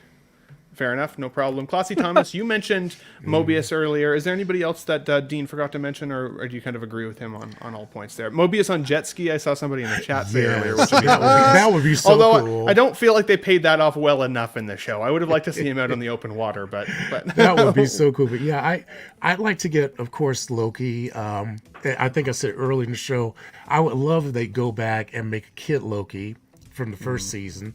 Since we got classic Loki and we already have the Loki, the alligator Loki. I really would like a kid Loki, but I do like I'd like to get Mobius and Obi. I would love to get a Renslayer, but in her judge's outfit, as opposed to the 1916 shirt and skirt. Let's see. I can't. And definitely B15. What's that? B15. B15. Yeah. She was a badass. Yeah, she's awesome. Yeah, I would love to have her. As a matter of fact, if I could get her and Mobius and Loki, those three, I would be very, very happy. Even if I didn't get my kid Loki, because I'll probably get him later when they do the Young Avengers. But absolutely. But yeah. Absolutely. Well said. Thank you guys for the take on that. We have one more final topic of the day. Before we get into that, we do have 30 people still watching live. Thank you so much for sticking with us on the show today. It is a bit of a long one, longer than I anticipated, but great chats with all the guys here, and I appreciate you all for sticking through it. If you guys like it, hit the like button for me if you can. Let us know, from this tease from Hot Toys, is it really just the final version of Loki that you'd be most excited about, or are you hoping that they open up the floodgate a little bit and give us a little bit more? The fact that we joked earlier that we never even saw a Hawkeye from Hawkeye show is a little funny, but I also think that this show seemed like it hit differently with people than Hawkeye might have. So maybe there's some differences there and some reasons for Hot Toys to spend that money. I'd love to hear from you guys on the thoughts and channel below. Lastly, here today, final topic of the day is J&D Studios. Now, we've been talking a lot about 6 scale this past year, obviously with regards to third-party offerings, Hot Toys primarily, in-art collectibles. In-art really gave us their first, couple figures this year. Some collectors only still have one in hand, like me with the Jokers. But I know some collectors out there do have the Gandalf in hand. People are excited for that Pennywise that's coming. There's a lot of good. I'm really excited about the in-art Batman, the Pattinson Batman. I can't wait to get that guy eventually when they, originally finally get him out. That could be still 6 months from now. Who knows? But I'm excited to get him in the collection either way. I gotta say, I've got some reservations around another 6-scale company putting their foot in the ring, especially since J&D is obviously known for their statues and their silicone sculpts and some of that kind of different stuff. I'm okay with differences. I'm okay with competition. What I'd be worried about is what it's starting to really do to price points within the 6-scale market. There was a time where, a $285 hot toy people would lose their absolute shit over. But we've talked about sales conditioning. We've talked about how, $285 now feels cheap in comparison to the $365s that we see a lot of the time and stuff like that. So, but then we got InArt, and InArt has changed the price game for us as well. If J&D comes in, if they're doing anything different like silicone, potentially, that's not confirmed yet, obviously, by any stretch, just speculation. But if they did something like that, what would be the lifespan of that type of material? What would be the price point? Where, at what point do we say we're tapped out? This is clearly not for everybody, and maybe they don't intend to be. But if J&D is starting their 1/6 scale collection, there has been some rumor spreading that the first could end up being the Joker. And I'm like, I don't know about the Joker. My first thought was literally this. It's a bold strategy, Cotton. Let's see if it pays off for him. Because I don't think I need another Joker in my life, despite my absolute love for Heath Ledger's Joker, or even if it was a different Joker, right? There's a lot of those out there already. Dean, I want to start with you because I know you're a huge fan of Batman and the Joker especially, but what is your take on J&D throwing their hat in the ring for 6 scale? And what if they do another Joker? What are your thoughts on that? Or is there somebody else you'd rather see? Bro, if they do another Joker, I'm just writing them off entirely. I don't care what they come out with in the future. It's like, no. In terms of them stepping into the ring of 6 scale, I don't really know what they could do to improve upon the 6 scale industry as a whole that InArt isn't already doing, or even sometimes Hot Toys, right? So I guess I'm just kind of waiting to see what it is that they're planning on doing that's gonna change the game. I know they're really big on using silicone, so that might be a thing, but that just doesn't really work that well in 6 scale. It always cracks. It doesn't matter who makes it or what improvements they've made. It's everybody. Game toys, I've seen a lot of game toys, the Cloud Strife's already tearing. Fison bodies or TB League, whatever they're called, those always seem to tear. So yeah, I'm just kind of unless they're I guess entirely seamless bodies, because I've seen some of them where it's a whole head and neck and hands. That could be kind of cool to see, but I mean, again, the longevity of those is I wouldn't spend the money on it, off the rip. So that's fair. Well said. Any character you hope that they do dive into as a first release if the Joker speculation is wrong? I don't really know. I've heard some rumors of or people wanting a Reeve Superman or an Arnold Schwarzenegger Terminator, or Joker's different versions of Joker, Joaquin Phoenix's Joker. But again, we've seen quite a bit of that already now. There's so many Joaquin Phoenix Jokers out there. Yeah, I don't know. I feel like everything's been rehashed to death, because even InArt's doing a Reeve Superman already, so it's I don't know. That's fair. I'm so unexcited by this. It's hard to be oh, I wanted them to do this. I also feel unexcited because I don't know what the price point's going to look like. And I know that sounds bad to say, but again, I'm trying to hold my reservations back a little bit, because even if they go with another Joker, for example, what if just what if it's better than in arts and Hot Toys? Like, what if it is better, but one figure alone comes in at $1,000? Well, most people will argue, well, you got the 2-pack in art for $1,000, so what's the difference? But when you're getting into those price points for figures, that's getting really aggressive and a little less accessible for, I think, a lot of us out there for sure. You'd have to be so strategic. Yeah, Jose, because you're going to have to import it and Yeah. pay taxes and shipping. Yeah, like who knows what that could end up looking like. Jose, if say, for example, it was the Joker that they did first, and it did happen to be better than the InArt one and Hot Toys one, what do you think is a price point that J&D might consider that would still be appropriate for 6-scale collectors for us to consider it? Or do you think it wouldn't be based on price? Do you think it'll be like, if that's the best one, people will buy it? Oh, man. Loaded question there. Sorry, I'm giving you a lot of those today, apparently. Yeah. I apologize. I'm not even trying, I swear. No.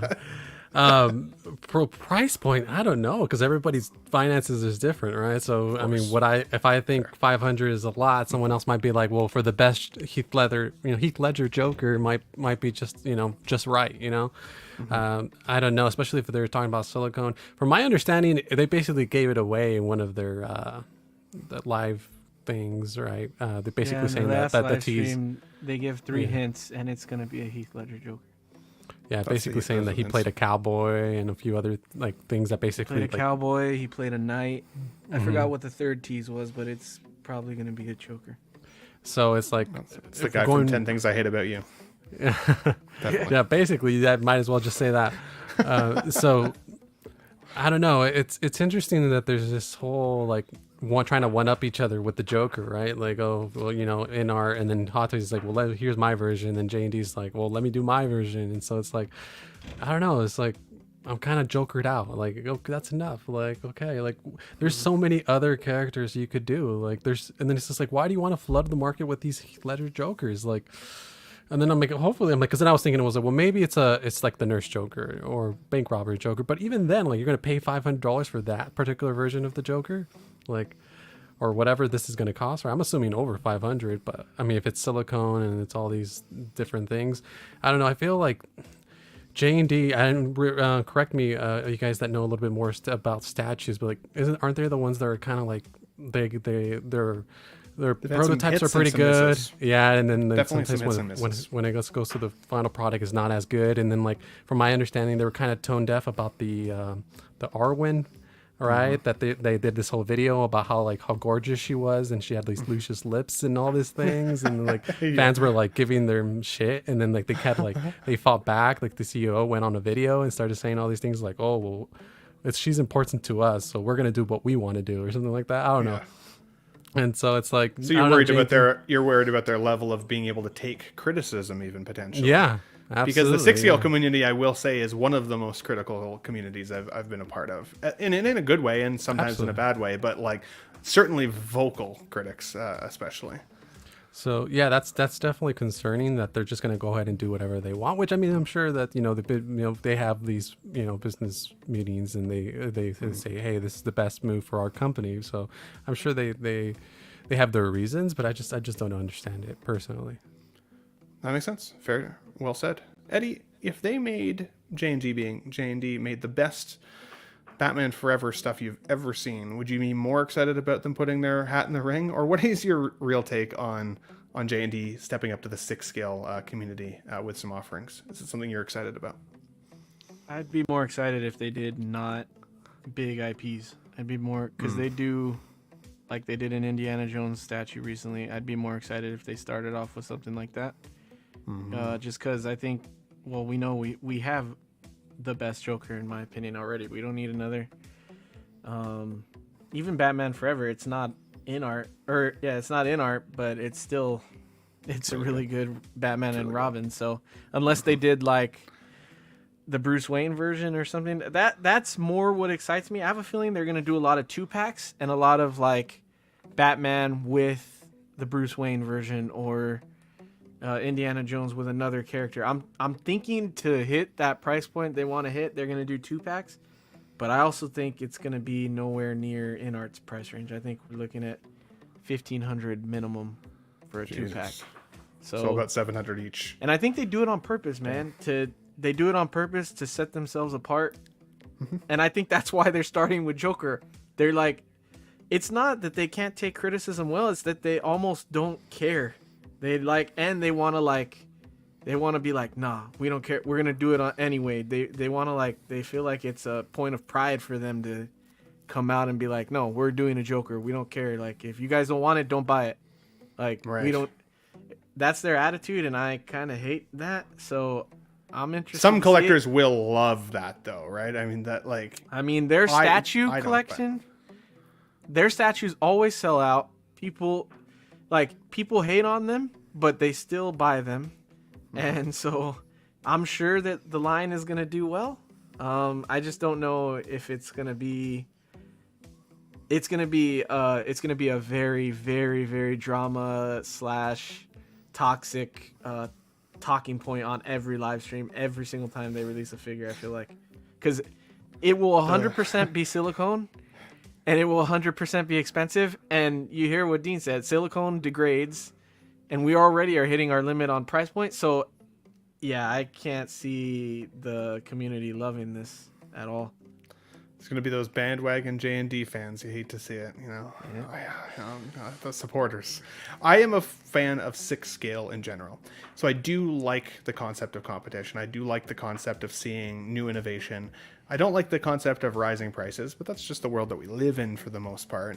I don't think that in order to be a 6 scale collector, you need to be on anybody's in particular bandwagon. You could have supported Hot Toys just like me since 2010, and like be just as good of a Hot Toys fan as you are an In-Art fan if you really like their releases too, and maybe the J&D ones when they come out. Like, it's okay to like all of the things, as long as you're liking it for yourself and your own collection, not liking it for everybody else.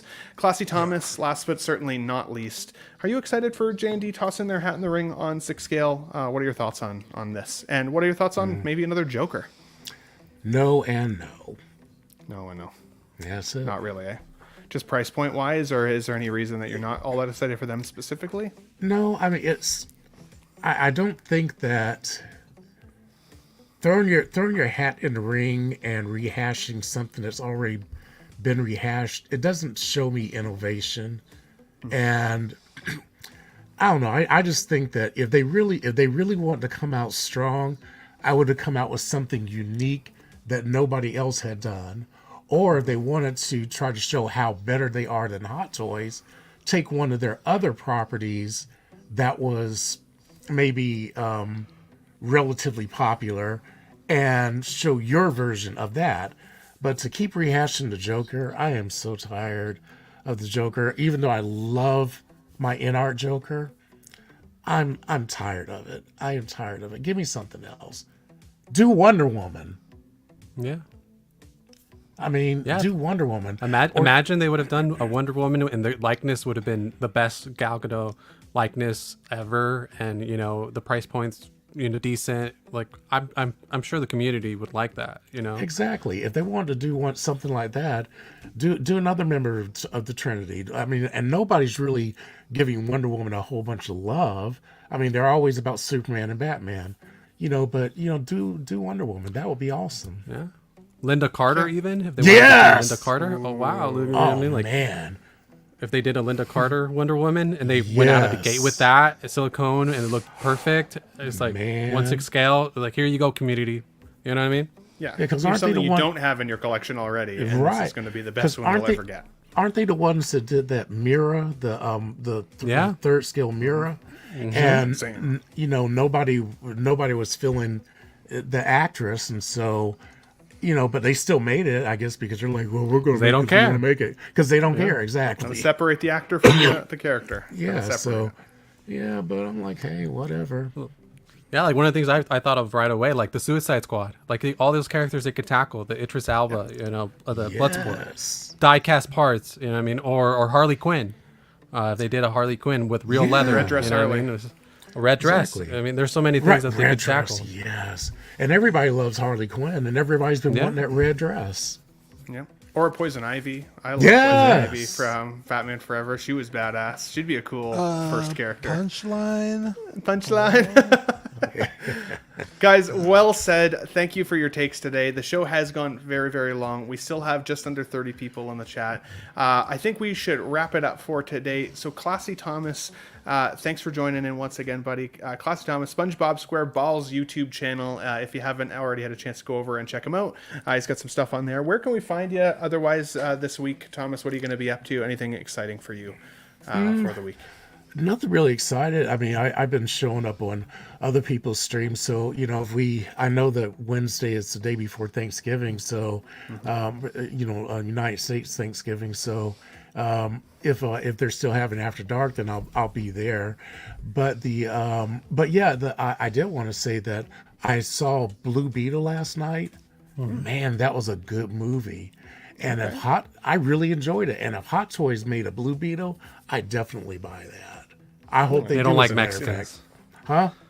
They don't like Mexicans, so really? They don't do Mexicans. Oh, no. Reminds me of Beetleborgs. Oh, that's right, because yeah, it's a little bit. But man, that was a fun movie. So if you haven't seen it, check it out. Can I check it out? Yeah. Yeah, I used to love the show Beetleborgs, and that's totally what that suit reminds me of a little bit. But yeah, good to see you though. Maybe. Good to see you, Classy Thomas. Thanks for joining in. Always welcome here on Let's Get Nuts. Eddie, obviously, we'll probably see you on Tuesday, I would hope. But anything coming up this week that you're excited about that you want to chat about? I'm excited about. I don't know. Work. You've been getting a lot of figures in lately. Oh, I got to figure and today. And your collect. Oh, what did you get? Oh, Prince of Persia. Hey, there you go. Oh, wow. Wow. Oh. The people that I work with at Frank & Son, sometimes they had it on sale, and I was like, oh, shit, I need that. So, yeah, I got a few figures. I keep telling everybody I'm slowing down, and then I'm like, damn, I'm getting like 3 figures this week, too. So. Oh, wow. Yeah, so 1/6 is back in full effect, baby. Heck yeah. I'm excited for Thanksgiving. Bro, Yeah, I love fucking Thanksgiving. I love to eat. Yeah. We're Stuff big a turkey. boys over here, so I'm excited. I'm gonna cook. I'm gonna make the turkey, and Adriana's gonna help too with sides and stuff. But yeah, I'm excited for Thanksgiving. And then streaming wise, I think we still do LWO on Friday. I don't know whose channel it'll be on though, so stick to. Probably not Marco. He's always on vacation, I've heard. So. Yeah, no, I don't know. I have no idea honestly. Someone's channel, and then.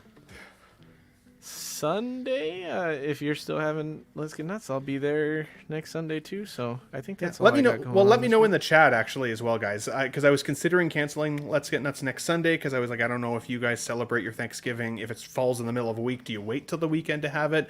Dean says he usually eats turkey on Turkey Day. So, it's always Thursday. Yeah, so maybe by Sunday, a little bit of content would be nice. So today, if you don't mind leaving me some comments to say, yeah, let's have a show next week, then I'll make sure it's planned for it for sure. But Eddie, thanks for joining, buddy. As always good to see you here, man. Sad you didn't miss the entertainment news section because I always like your take on that as well. But it's the fucking way she goes. Next time. Jose, Mr. G, Hernandez, definitely in the A team, not the B team. Good sir, I love to have you here as always. Thank I appreciate you you for joining. saying that. Yeah, Appreciate for you sure. saying that. Sorry, I put you on the hot spot so many times it's okay. today. I was like, I'm whoa, gonna get this that I quit text message here soon, but that's fine. Anything coming up for you, buddy, that you're looking forward to this week? Not really. I mean, you'll see me around on other streams. Usually Mondays I'm with Shane on the Hope Show. So on the Hope Show tomorrow, it's usually at 1 p.m. Pacific time. So I'm always with Shane on Mondays if I'm available. Always good talking to those guys. So I'll be on with them, and then if I'm available, with the other guys on the LWO guys or anything like that. So I'll be around. Heck yeah, buddy. Well, thanks for joining in. Definitely check out the Hope Show tomorrow, Monday afternoons, over on 1/6 Focus. Really, really good show there. I like the guys on that panel as well. But yeah, thanks for joining, buddy. Always welcome here anytime. Mr. Dean, the Dream Martin, my compadre from Collecting Weekly. I recently became an actual host on the show after being knighted in person and holding pinkies with Marco. I appreciate that you still want to chat with me all this time, 2 years later after doing this week over week. But I love you, buddy. I'm so happy you were here. Anything coming up on the show this week that we can all look forward to over on Collecting Weekly, or just in Dean's life that you want to talk about before we run? I got to shoot my gun yesterday, my 44 Magnum. Thank you. Dear Lord. Dear That thing Lord. kicks like a mule. Nice.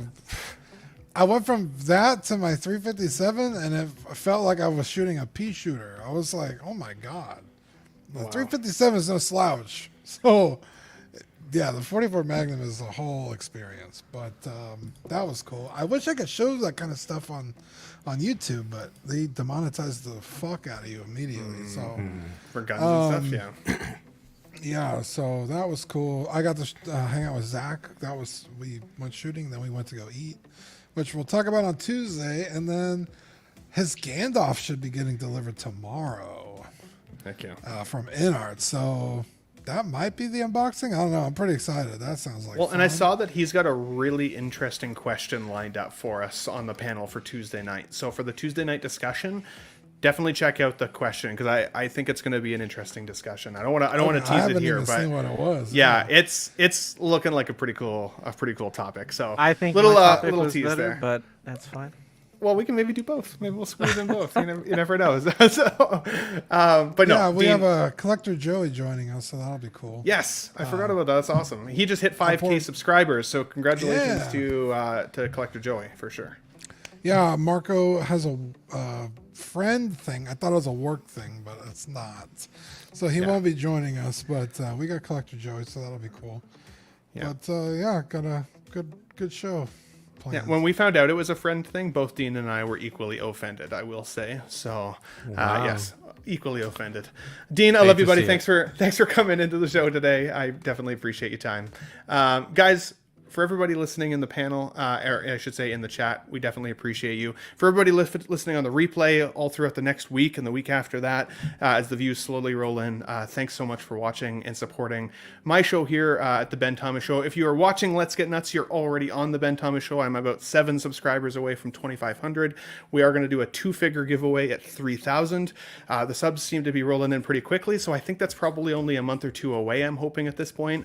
So cross fingers there. I'm going to be putting up a poll for figures that I'm interested in for giveaways.